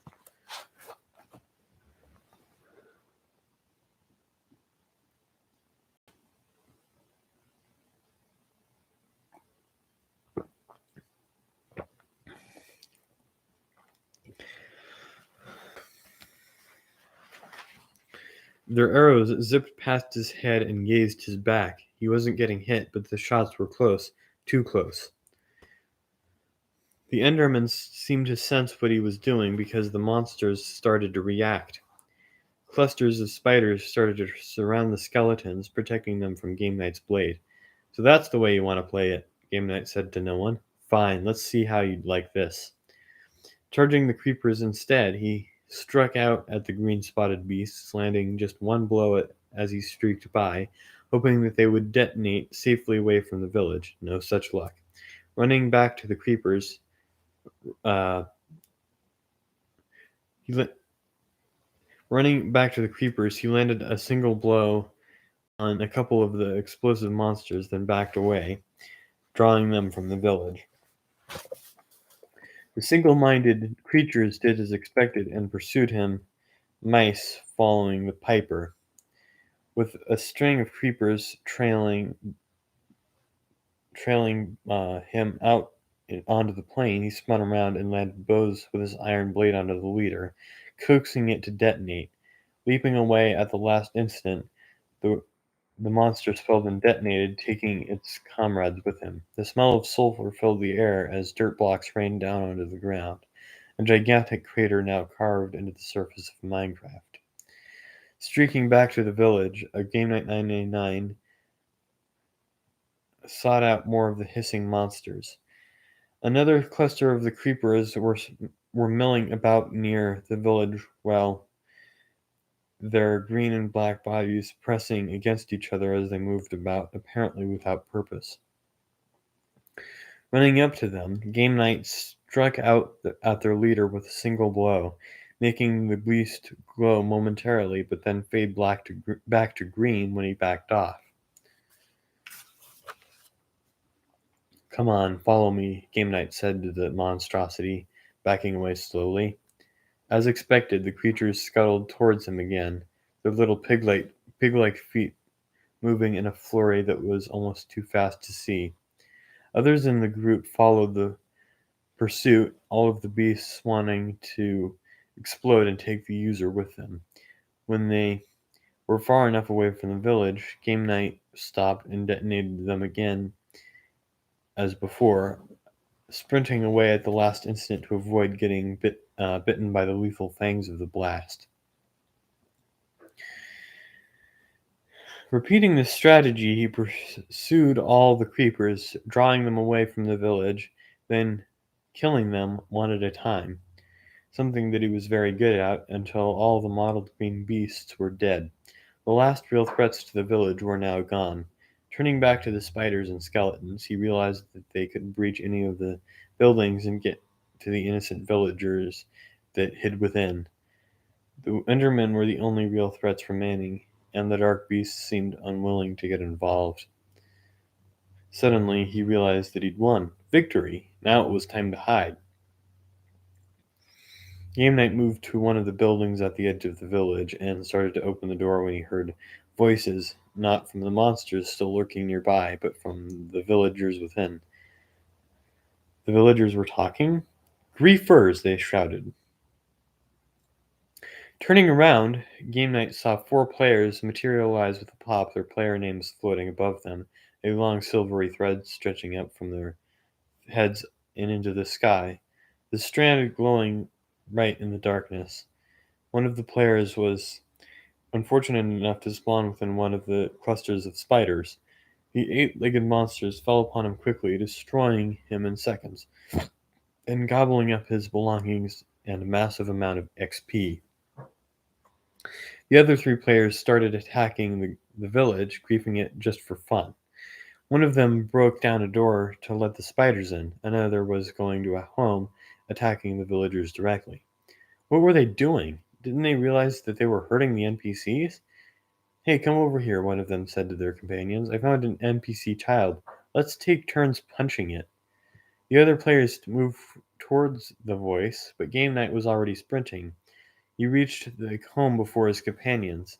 What are you doing? Game Night shouted. Leave these people alone. What? They're just NPCs. Who cares? The griefer replied as he reached out and punched the child. Punch. Game Night felt the blow and heard the cries of anguish from the child. The parents huddled in the corner, clearly terrified. Stop! Game Night yelled. Punch. I said stop! Game Night slashed at the griefer with his sword, striking him once, then again and again. He turned and tried to defend himself, but it was useless. Game Night was an expert at PvP and landed headshot after headshot until the player dissolved into nothingness, his possessions and XP floating above the ground. Hey, said a voice from behind. Game Night spun around and attacked the voice, another of the griefers. This one was not ready for the ferocity of his attack, and fell quickly, followed by the remaining user, all of their belongings and XP floating on the ground at Game Night's feet.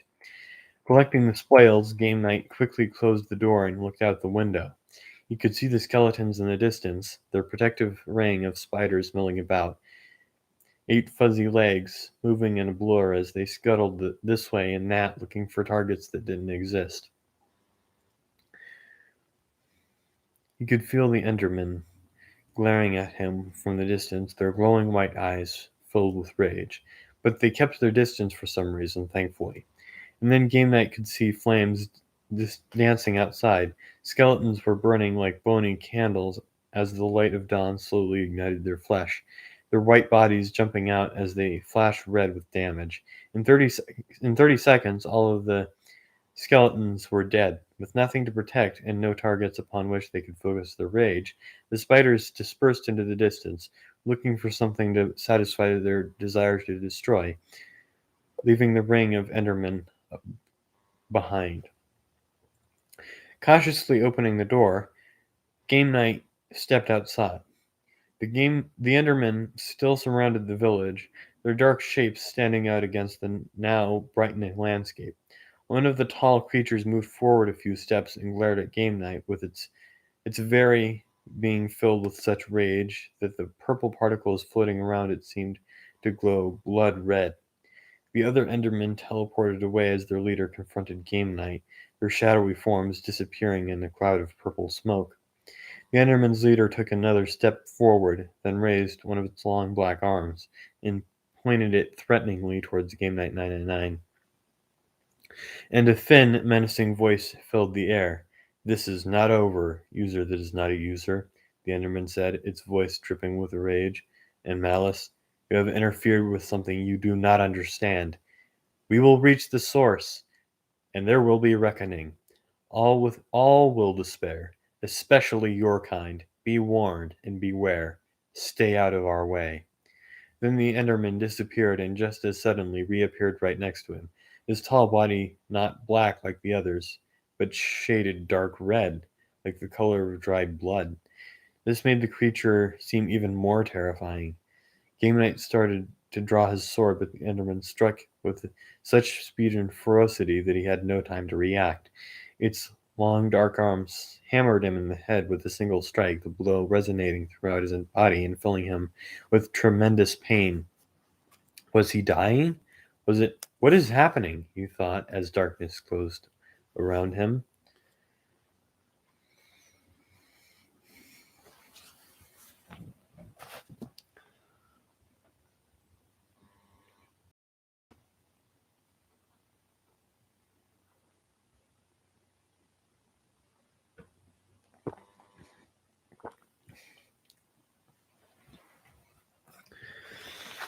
Chapter 6. The Mayor. Game Night 999 sluggishly awoke. The confusing fog of his dreams still wrapped around his mind, patches of clarity just beginning to emerge. He was lying in a comfortable bed, a soft red mattress beneath him. His head hurt. It was still ringing for some reason, and the remnants of a headache echoed with each heartbeat. Had all that battle just been a dream or a nightmare? Opening his eyes slowly, he found himself staring straight up at a wooden ceiling.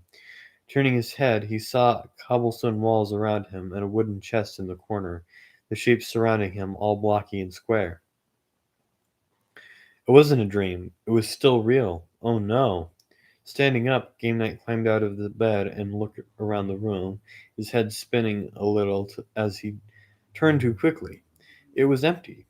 There was a doorway leading to a larger room, and the walls were built out of cobblestone with glass window panes sprinkled throughout. What is this place? Drawing his sword, he moved to the doorway and peered into the next room. It, too, was empty. Where was he? He saw a wooden door that led to the outside, sunlight streaming through the small window at the top, casting golden shafts of light across the dusty room. Moving to the door, Game Night could see that there was something outside. In fact, there were many somethings. It looked like people. No, not just people, villagers. He was still in the village. Well, at least he knew where he was. Reaching for the door, he opened it and stepped outside, sword held at the ready. Moving a few steps outside, mo- moving a few steps outside, that um, moving a few steps from the house, Game Night stood and looked at the villagers, their bright eyes and unibrows all trained on him. The entire village was here, the NPCs milling about in a large group, the different colors of their long coats looking like a multi-hued quilt, a wide dark line drawn in the center of each garment. They all looked a little cross-eyed with their pupils slanting towards the long overhanging nose that dominated the center of their faces.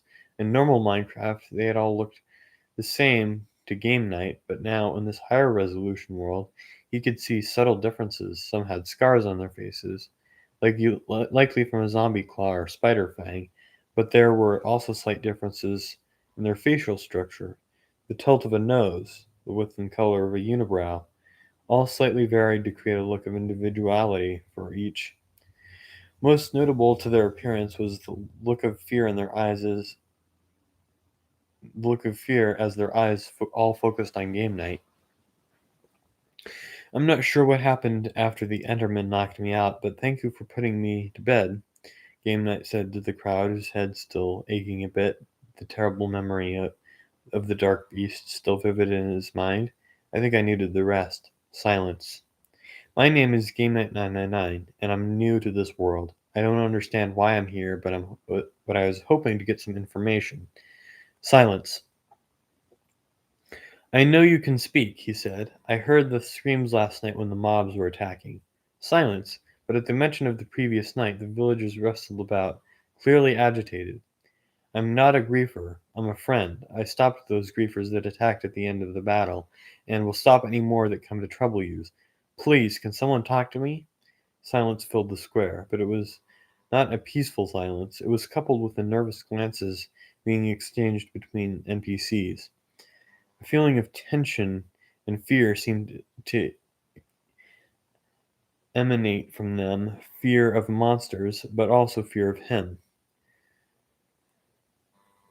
But then a small girl stepped forward and walked up to Game Night 999. The child, with arms linked across her chest, long nose hanging slightly to the right between bright green eyes, walked up to him and stood at his feet, her young blocky face looking up into his. She had a couple of bruises on her cheek, her jaw an ugly blackish bluish color, slightly swollen. Thank you for protecting me last night, the young girl said. The child then moved closer and leaned her head against Game Night's chest. Putting away his sword, Game Night reached out and gently patted the girl's head, feeling her lean in deeper. Her hair felt soft to his hands, velvety soft, as he stroked the long strands. The fabric of her coat was rough in contrast. Game Night smiled, triggering an avalanche of smiling villagers as they all rushed forward, leaning in towards him in a flood of emotion and gratitude. It was like a great celebration, the only one in the village had ever, the only one of the only one the village had likely ever experienced after an evening of monsters and mobs. The NPCs all spoke at once, recounting Game Night's great feats of bravery the night before, their collective appreciation overwhelming except for one person. A single villager stood apart from the celebration and glared at Game Night 999. "What are all of you celebrating?" the lone villager shouted. "He's a griefer. He killed my wife." His dissonant voice instantly quelled the celebration and caused the villagers to take a few steps back, their faces turned towards the sources of the malcontent. "He cannot be trusted. He'll destroy us all." "Now hold on, Digger," said another voice from the crowd. "He saved us last night, didn't he?" "Why would he do that if he was a griefer?" "What are you saying, Mayor? He's a griefer," Digger continued. "Don't you remember him coming to our village and breaking open doors to let the zombies in? They took Planter and his wife, them into villager zombies. Don't you remember him breaking a block to allow the skeletons to shoot my wife full of arrows?" He paused as he became overwhelmed with emotion. "My wife!" Digger glared at Game Night as the memory of that evening started to replay in his mind, the whites of his eyes turning red with rage. I held her in my arms as her HP slowly decayed, her life ebbing away. She was in terrible pain, pierced by at least 5 or 6 arrows, but worse than the pain, I think, was her fear of dying, or leaving her family and her village. "Take care of our children," she whispered to me as I held her in my arms and stroked her hair. Two young NPCs moved to stand next to Digger, a boy and a girl, both leaning against their father, tears now trickling down their faces. I told her I'd take care of them and love them enough for both of us. And you know what she did? She smiled as if my words made the fear of dying go away. And then slowly she disappeared from my arms and from my life forever. "This user, or whatever he is, cannot be trusted. He's worse than the mobs. At least with the mobs, we know what they'll do and why, but with the griefers, you never know what they'll do. They kill us for fun. They destroy out of boredom. They are a menace to all Minecraft worlds, not just this server plane, but all planes, all the way to the source. Now, Digger, this one is different, see?" the mayor said sternly. "He proved himself to be our friend last night, and we won't turn him away." Turning to face Game Night, he continued, "You are welcome here, friend, and we will offer you any assistance you require. We owe you that for last night. We've never seen the mobs push back like last night," another villager said from somewhere in the crowd. "That's right," said another. "With that many zombies and skeletons, they would have surely destroyed all of us, like the prophecy predicts." Then one of the villagers gasped as they pointed above Game Night's head. Others noticed it as well and gaped, a look of awe and shock painted on their square faces. The thread," they muttered to each other in hushed voices. "The prophecy, prophecy, prophecy."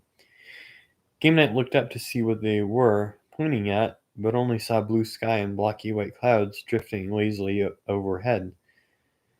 Looking back at the crowd, he saw looks of awe and fear on some of the NPCs' faces. "What is this prophecy?" Game Night asked, confused. The villagers instantly grew silent, with all eyes turned towards Game Night, then back to the mayor. "What?" Game Night asked. "The prophecy tells us of an impending battle, great enough to wipe out our village," the mayor explained, his eyes glancing above Game Night's head, then back down to his face. "Not just our village," said a voice from the crowd. "The thread, the thread," quiet voices muttered. "True," the mayor continued, its voice loud compared to the hush of all the others, "not just our village, but all villages." "All villages? Why? How is this possible?" Game Night asked. "The mobs are multiplying on the server plane growing their number and their strengths, the mayor explained. Soon they will overwhelm our world and destroy every living thing. But why? Game Night asked, glancing up again. He still didn't see anything. The villagers looked nervously at each other and then back at the mayor, all of them muttering something under their breaths, their words unrecognizable to Game Night. What are you saying? What's really going on here? He asked the crowd of NPCs.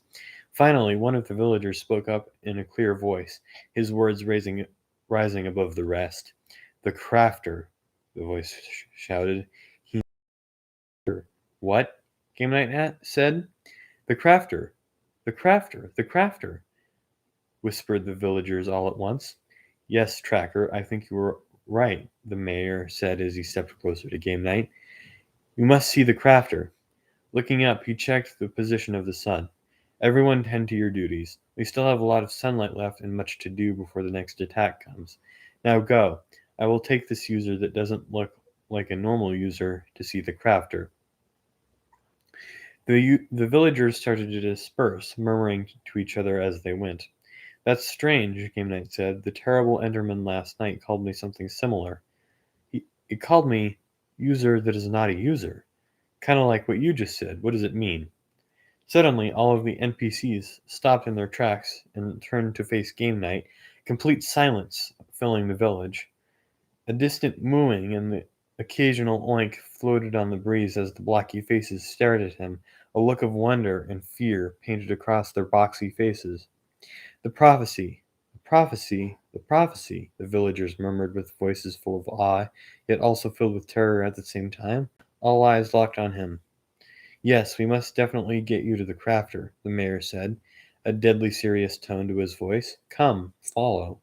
The mayor walked off, heading towards the castle-like building with the tall tower that every village seemed to have.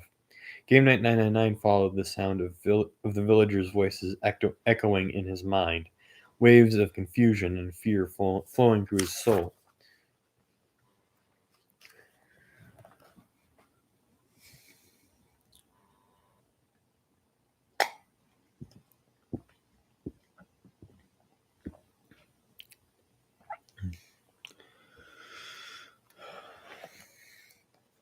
Chapter 7 The Crafter.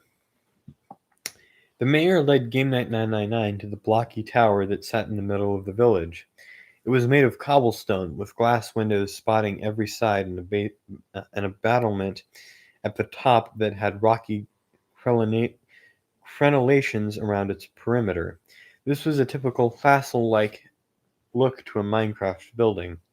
On the side of a tower at ground level, a smaller building was attached. They were the living quarters for those who manned the tower, giving the domicile the look of an L from the side. The mayor walked up to the tower door and opened it, his purple coat swishing back and forth as he stepped into the room, then waited for Game Night to follow. Waves of uncertainty and fear crashed against his soul as he took the steps up into the building. Where are we going? Game Night asked. To see the crafter. He's in the tower? The mayor looked at Game Night and shook his head, answering his question with silence. Once inside, the mayor closed the door and turned to face him. Take out your pick, the mayor commanded. What? Your pick, the mayor said, pointing to Game Night's empty hands. Confused, he reached into the inventory, he still wasn't sure how he was doing that, and pulled out his iron pickaxe. Now dig, right here, the mayor said, gesturing to a specific block on the floor of the building. Dig? Yes, dig, right here, the NPC leader reiterated. Okay, Game Night answered, sounding confused. He started to dig. Striking at the block, he chipped away at the cobblestone, watching as cracks formed on its face. After 4 or 5 blows from his pick, the stone block shattered, but instead of leaving behind a small floating cube of stone, the block disappeared, falling downward, revealing a long vertical tunnel that extended deep underground. There was a ladder on one side with torches dotting the walls, stretching down until out of sight. Game Night peered into the darkness, then looked back at his companion. Well, the mayor asked. Well, what? Are you going down? To where? Game Night answered, now completely confused. How is this tunnel here? I've been through many villages and griefed a lot. I've dug up, I've seen lots of villages, but never a passageway underneath any of the buildings. You see what is meant for you to see, the mayor answered. There is still much about Minecraft you do not understand. But you will learn. The crafter will teach. He's down there. The mayor nodded. He will answer your questions and tell you of your destiny. My what? The NPC gestured to the ladder and nodded. There was a look of excitement and fear painted on his blocky face. Game Night swallowed fear, but the more he tried to ignore it, the more real it felt, a feeling of dread pulsing through his veins. Stepping carefully up to the passageway, he mounted the ladder and started to descend, moving slowly downward, one rung at a time, looking upward. Game Night saw the bright opening gradually get smaller and smaller as he progressed down the shaft. He could see the mayor looking down, watching his progress, but then suddenly the opening grew dark as it was filled in with a new piece of cobble, the tunnel sealed from above. Apparently he was on his own. Continuing down the ladder, Game Night proceeded slowly, moving carefully so as to not risk uh, falling. The end of the tunnel still lost in the distance. A fall would likely be fatal. For a while, he counted the blocks as he descended, but soon lost track of his progress at around 30. So instead, he counted the torches, each placed to provide some light within the shaft, casting a circle of illumination to push back the gloom, yet positioned far enough apart to leave small dark spaces in between. He continued, moving from one torch to the next, his hands and feet pumping in a repetitive rhythm that seemed to move automatically of their own volition, allowing his mind to drift. Where was this leading? Who was this crafter? He had so many questions and desperately needed answers. But the clarity of his thoughts seemed to get blurred as he progressed down the ladder, his fear growing with the depth and beginning to overwhelm his mind. Finally, Game Night could see the end of the ladder start to materialize in the distance, the passageway seeming to stop its vertical descent and then turn horizontal. Accelerating his progress, he reached the end in a few minutes. Glad to be off the ladder, his fear eased a bit. Being on a ladder always made him a little nervous. It was a difficult position from which to defend oneself. He liked the open where he could see an enemy coming at him, targets that he could shoot at from afar with his enchanted bow. His bow! How he wished he had that with him. Now, well, no sense spending any time longing over that, wishing for something that he couldn't have. It was lost on some other server within Minecraft. Sighing, Game Night 999 turned and faced the task before him. The dark horizontal tunnel. Looking back up, he could see the torches extending up into the distance, the end of the ladder he'd just climbed lost in shadows. Glad I brought some torches with me, Game Night said aloud, his voice filling the emptiness with echoes.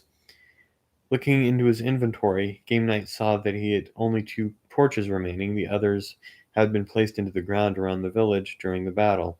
Well, 2 will have will have to be enough, he said, hoping his voice would buoy his spirits and drive away the tickling sense of fear in the back of his mind. Placing 1 torch onto the wall, Game Night looked around. This tunnel was cut through stone with no blocks of dirt visible in the small circle of light. Moving to the end of the illumination, pla- he placed his second torch, then moved back and dug up the first, darkness enveloping him. Moving quickly to the circle of light ahead of him, he moved past it until he hit darkness again. He then placed his other torch into the rocky wall, creating a second circle of light. Proceeding in leapfrog fashion, he moved slowly through the tunnel, keeping a torch in front of him and always retrieving the one that trailed. Game Night had learned long ago that darkness was your enemy in Minecraft. Shadows hitting pits of or pressure plates or tripwires or monsters. His progress was slow, having to continually double back to retrieve his rear torch, but he'd rather move slowly and carefully than move quickly and end up dead. Time seemed to get lost in the darkness of the tunnel as he moved from one circle of light to another, shadows passing over him like ghosts, an unrelenting movement of forward, backward, his uncertainty and fear growing with the length of his with the tunnel. What was he doing here? What was going on? Where was this tunnel leading? Questions burned through his mind, eroding away his confidence and patience. Maybe I should just turn around and go back to the village, he thought. But just as he was about to head back, he started to see something in the distance. It looked like some kind of chamber, torchlight from within, illum- illuminating the end of the tunnel. The presence of light made Game Night want to hurry, but he knew that haste meant danger when underground. So he kept to the plan: plant one torch, then retrieve the last and position it ahead. Follow the pattern. Be cautious and stay alive. Finally, Game Night reached the end of the dark tunnel, the light from the chamber spilling into the passageway.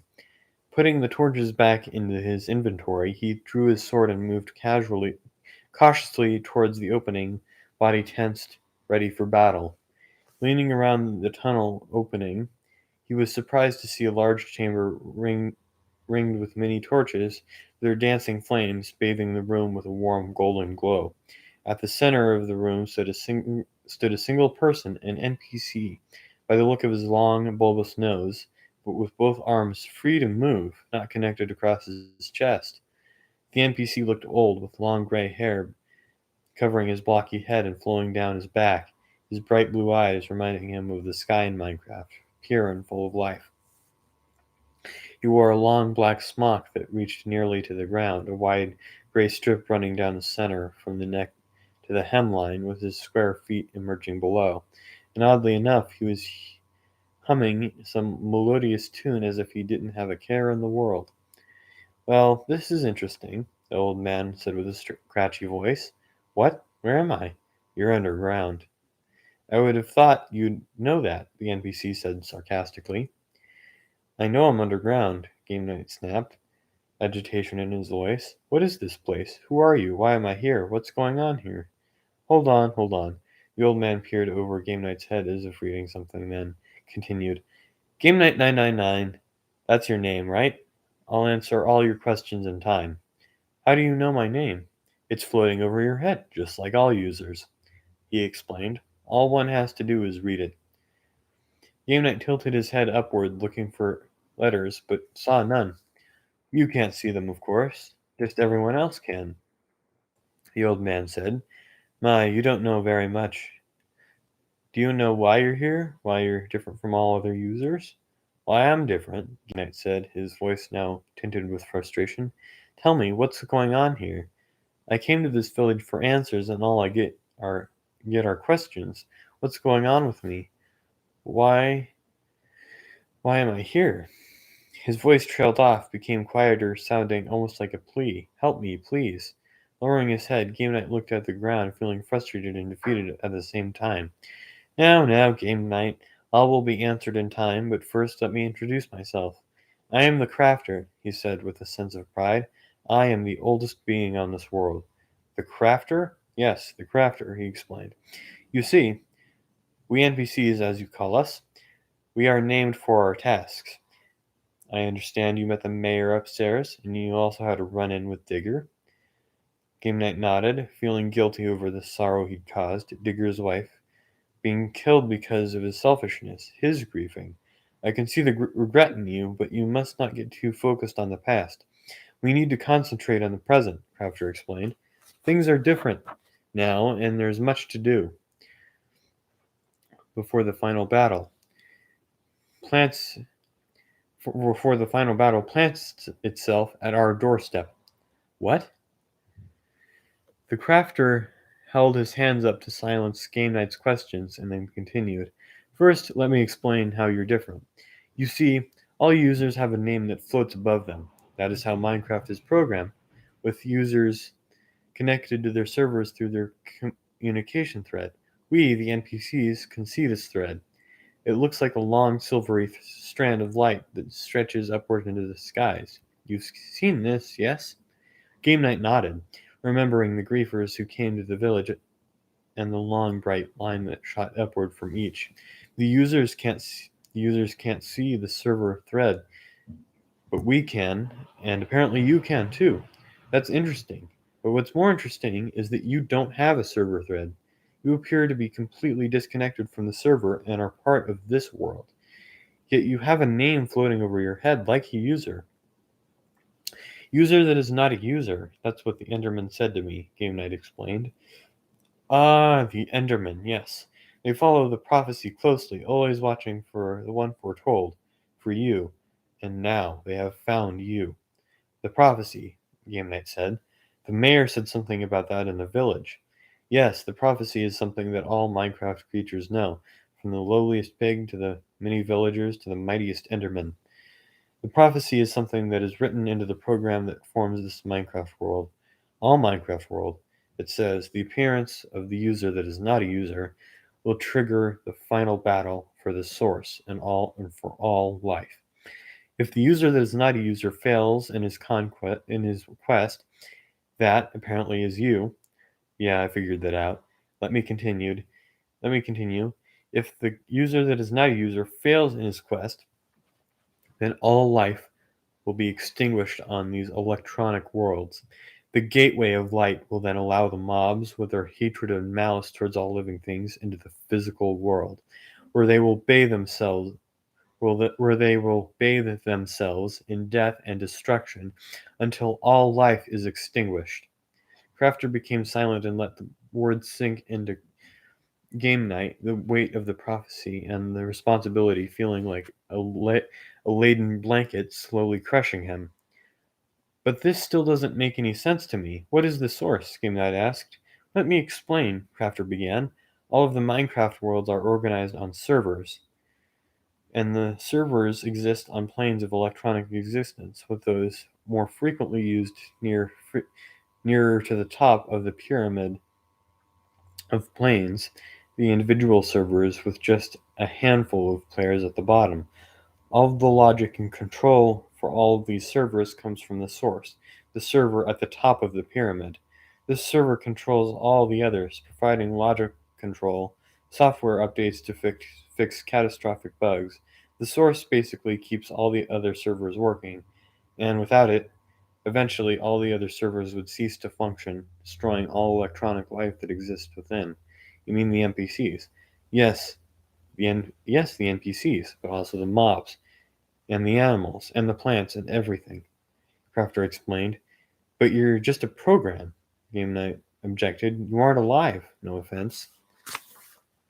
That's how we started, just as programs. But as complexity and sophistication increased within Minecraft, the operating system developed quirks and peculiarities unknown to the programmers and developers, allowing us to become self aware, sentient.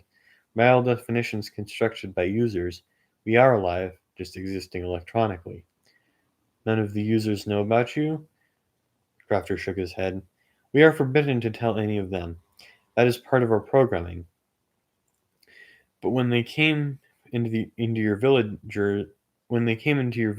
and grief or kill villagers for fun, Game Night trailed off, his mind lost in the countless raids he'd led against villagers just for fun. His head sank low.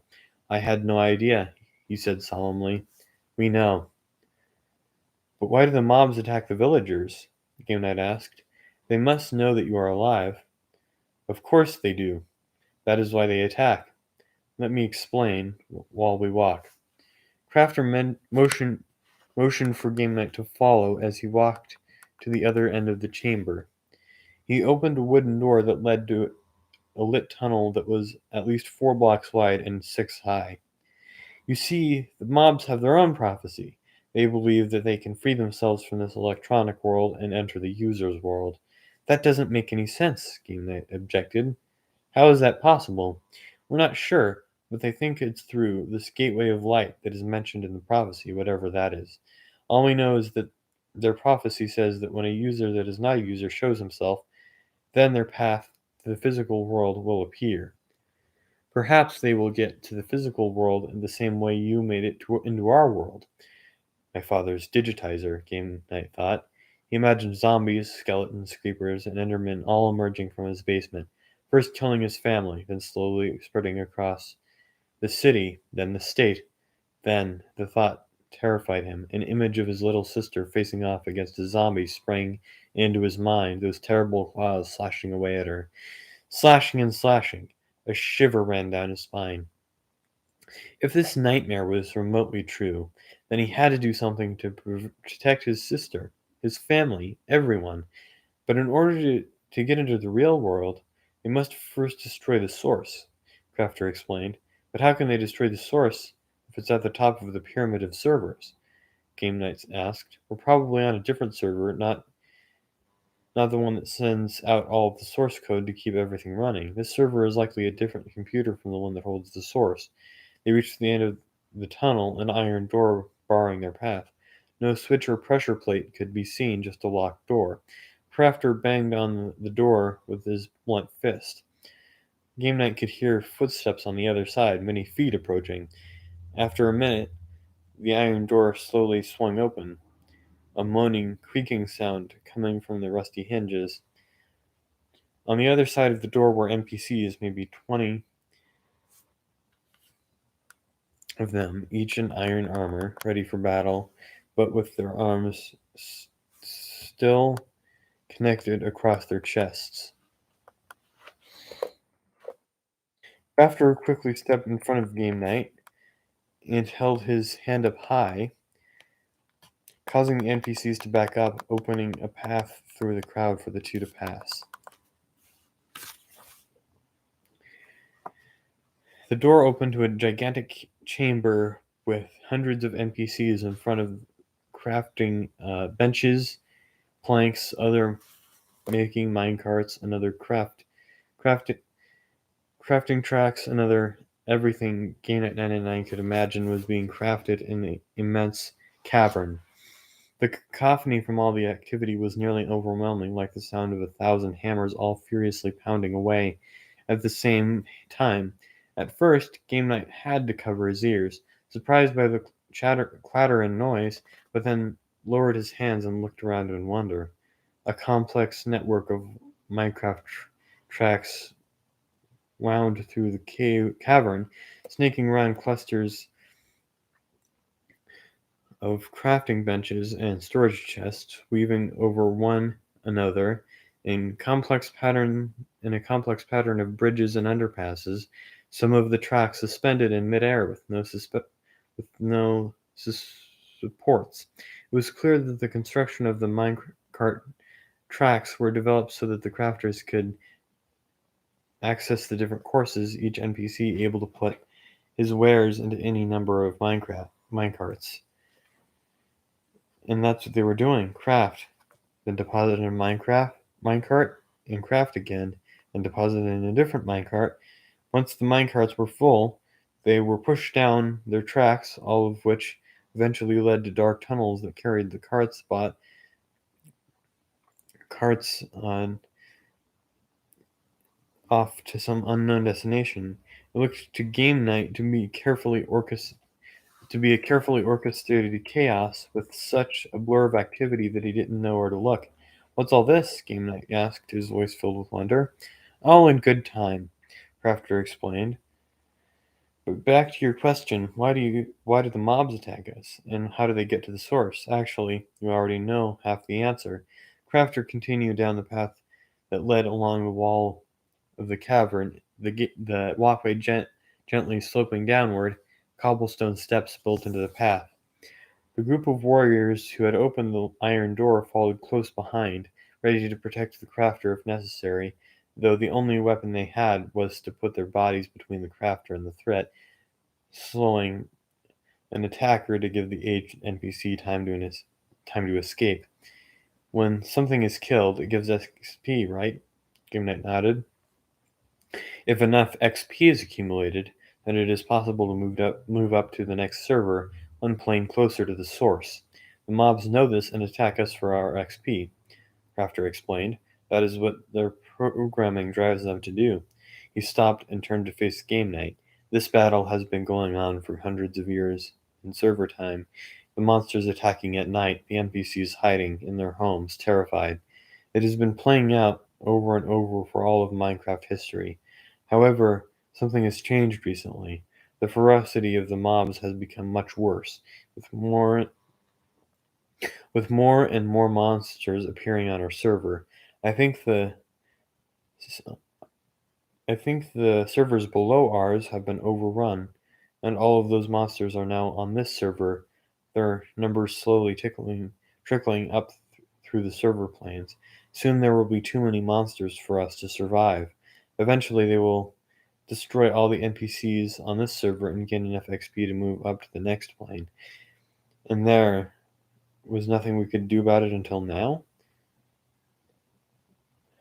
Until now, Game Knight asked, confused. What's different now? You. What?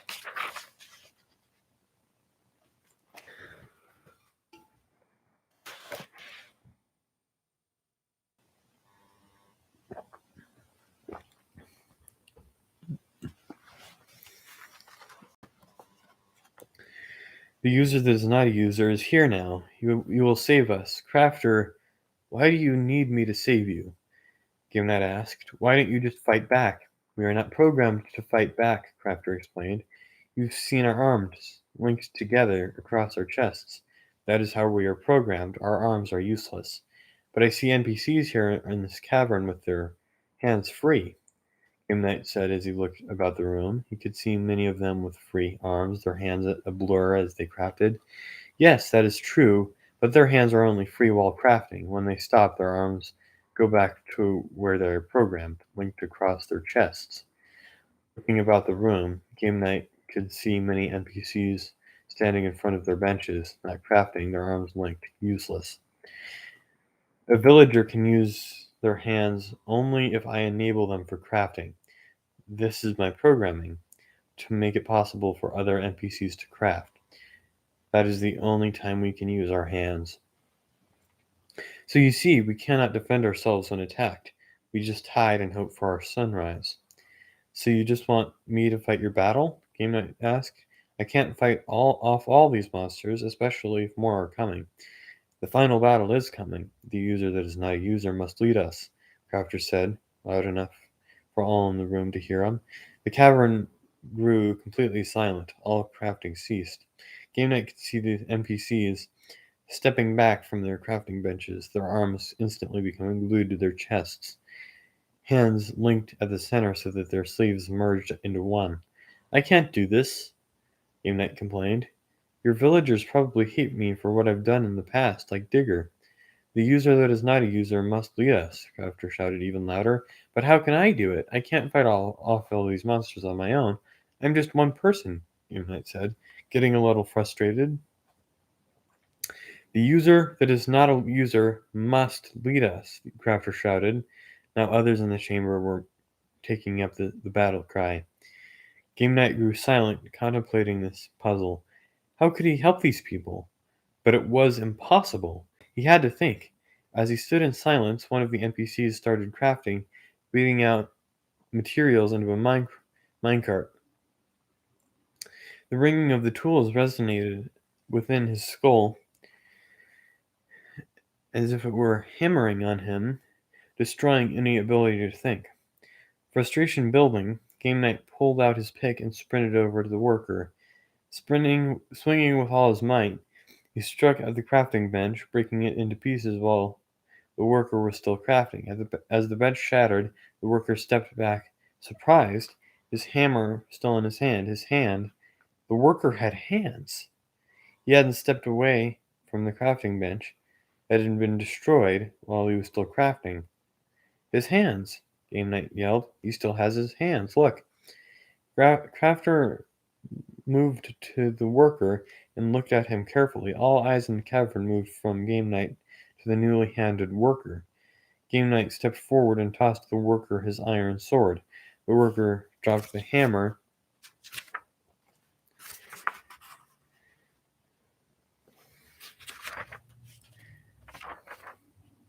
and caught the sword in midair, then held it eye overhead, a look of excitement filling his eyes.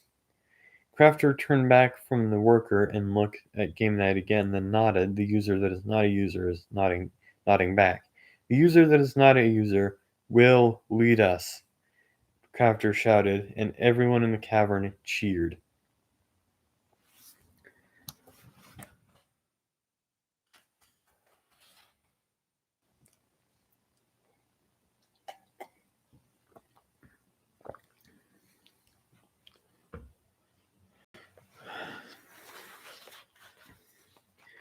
Chapter 8 Shawnee. The workers went back to their crafting only after each came up to Game Night and nudged him gently with their shoulders, like a giant full-body high-five. So what are these people crafting? Game Night asked. They're making track for minecarts, wooden beams for supporting tunnels, chests, and items for chests. Crafter explained. You ever notice that sometimes you find chests in Minecraft and there are items inside? Yep. He nodded. Well, that's one of our jobs, to put items in the chests for the users, but we also equip the jungle temples with items as well as the occasional dungeons found underground. Probably our most important job, though, is to force the program that rules our Minecraft world to create the world before users get there. What? You might ask? I don't understand. Crafter moved to inspect some track that one of the NPCs was making, looking carefully at the pieces that were falling into a minecart, then pushed the cart down the tracks, sending it into a dark tunnel. Then he looked back up at Game Night 999. Ever noticed how fast the world forms when you move far out away from your spawn point? Well, that's not just an accident. The world forms quickly because it's already been created, because we've already been there. We have millions of blocks of minecart tracks all throughout this world, placed in underground tunnels that are invisible to users. NPCs called riders use the minecarts to travel to the extents of this world, forcing the server to create new terrain so that it's ready for the users. This is our main task in Minecraft. Underground tracks, GameNet asked. Why have I never seen these tracks? You have, I bet, but only the portions that we've abandoned. Those are the sections of the track that stopped being invisible to the users. When a section of track becomes visible to users, we quickly remove it from the main system and bypass it. Users find these sections and call them abandoned mines. That's exactly what they are, abandoned tracks that were put there by us.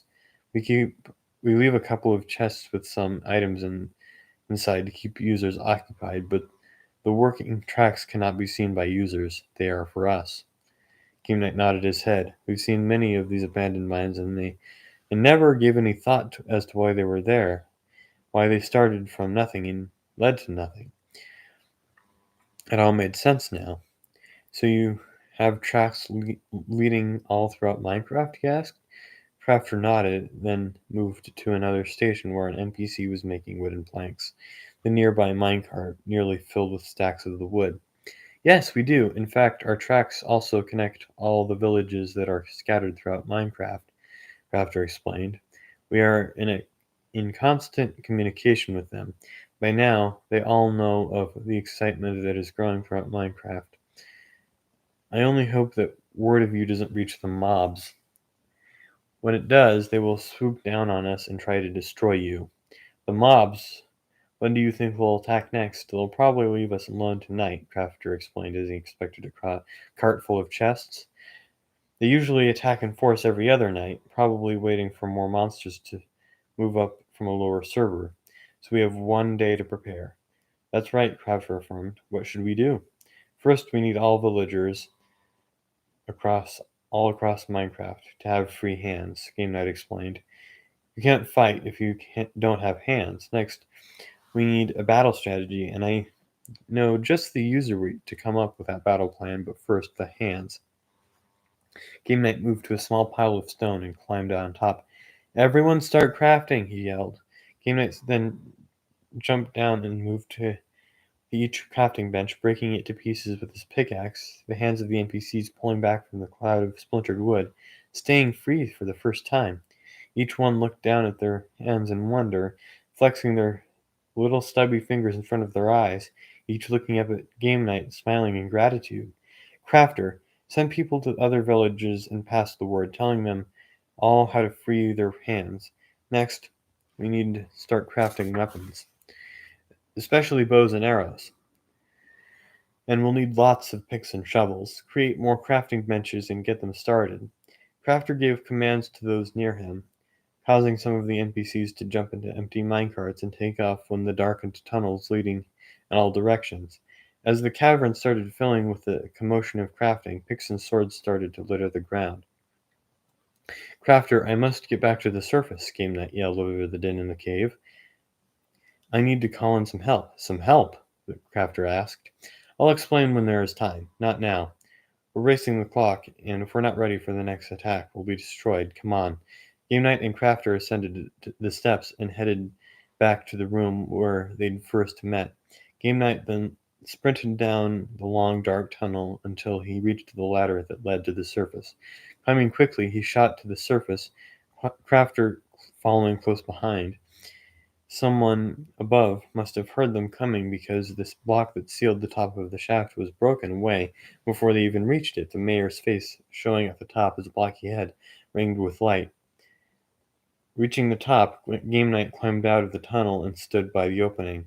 I hope you met the crafter, the mayor said right after Game Night. What's going on?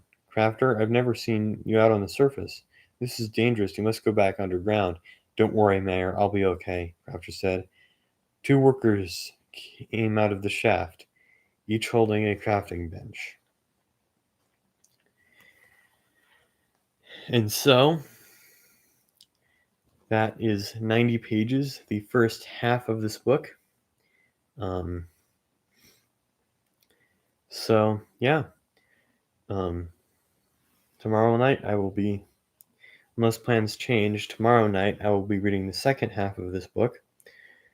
And I hope you enjoyed the first half, because I know I did.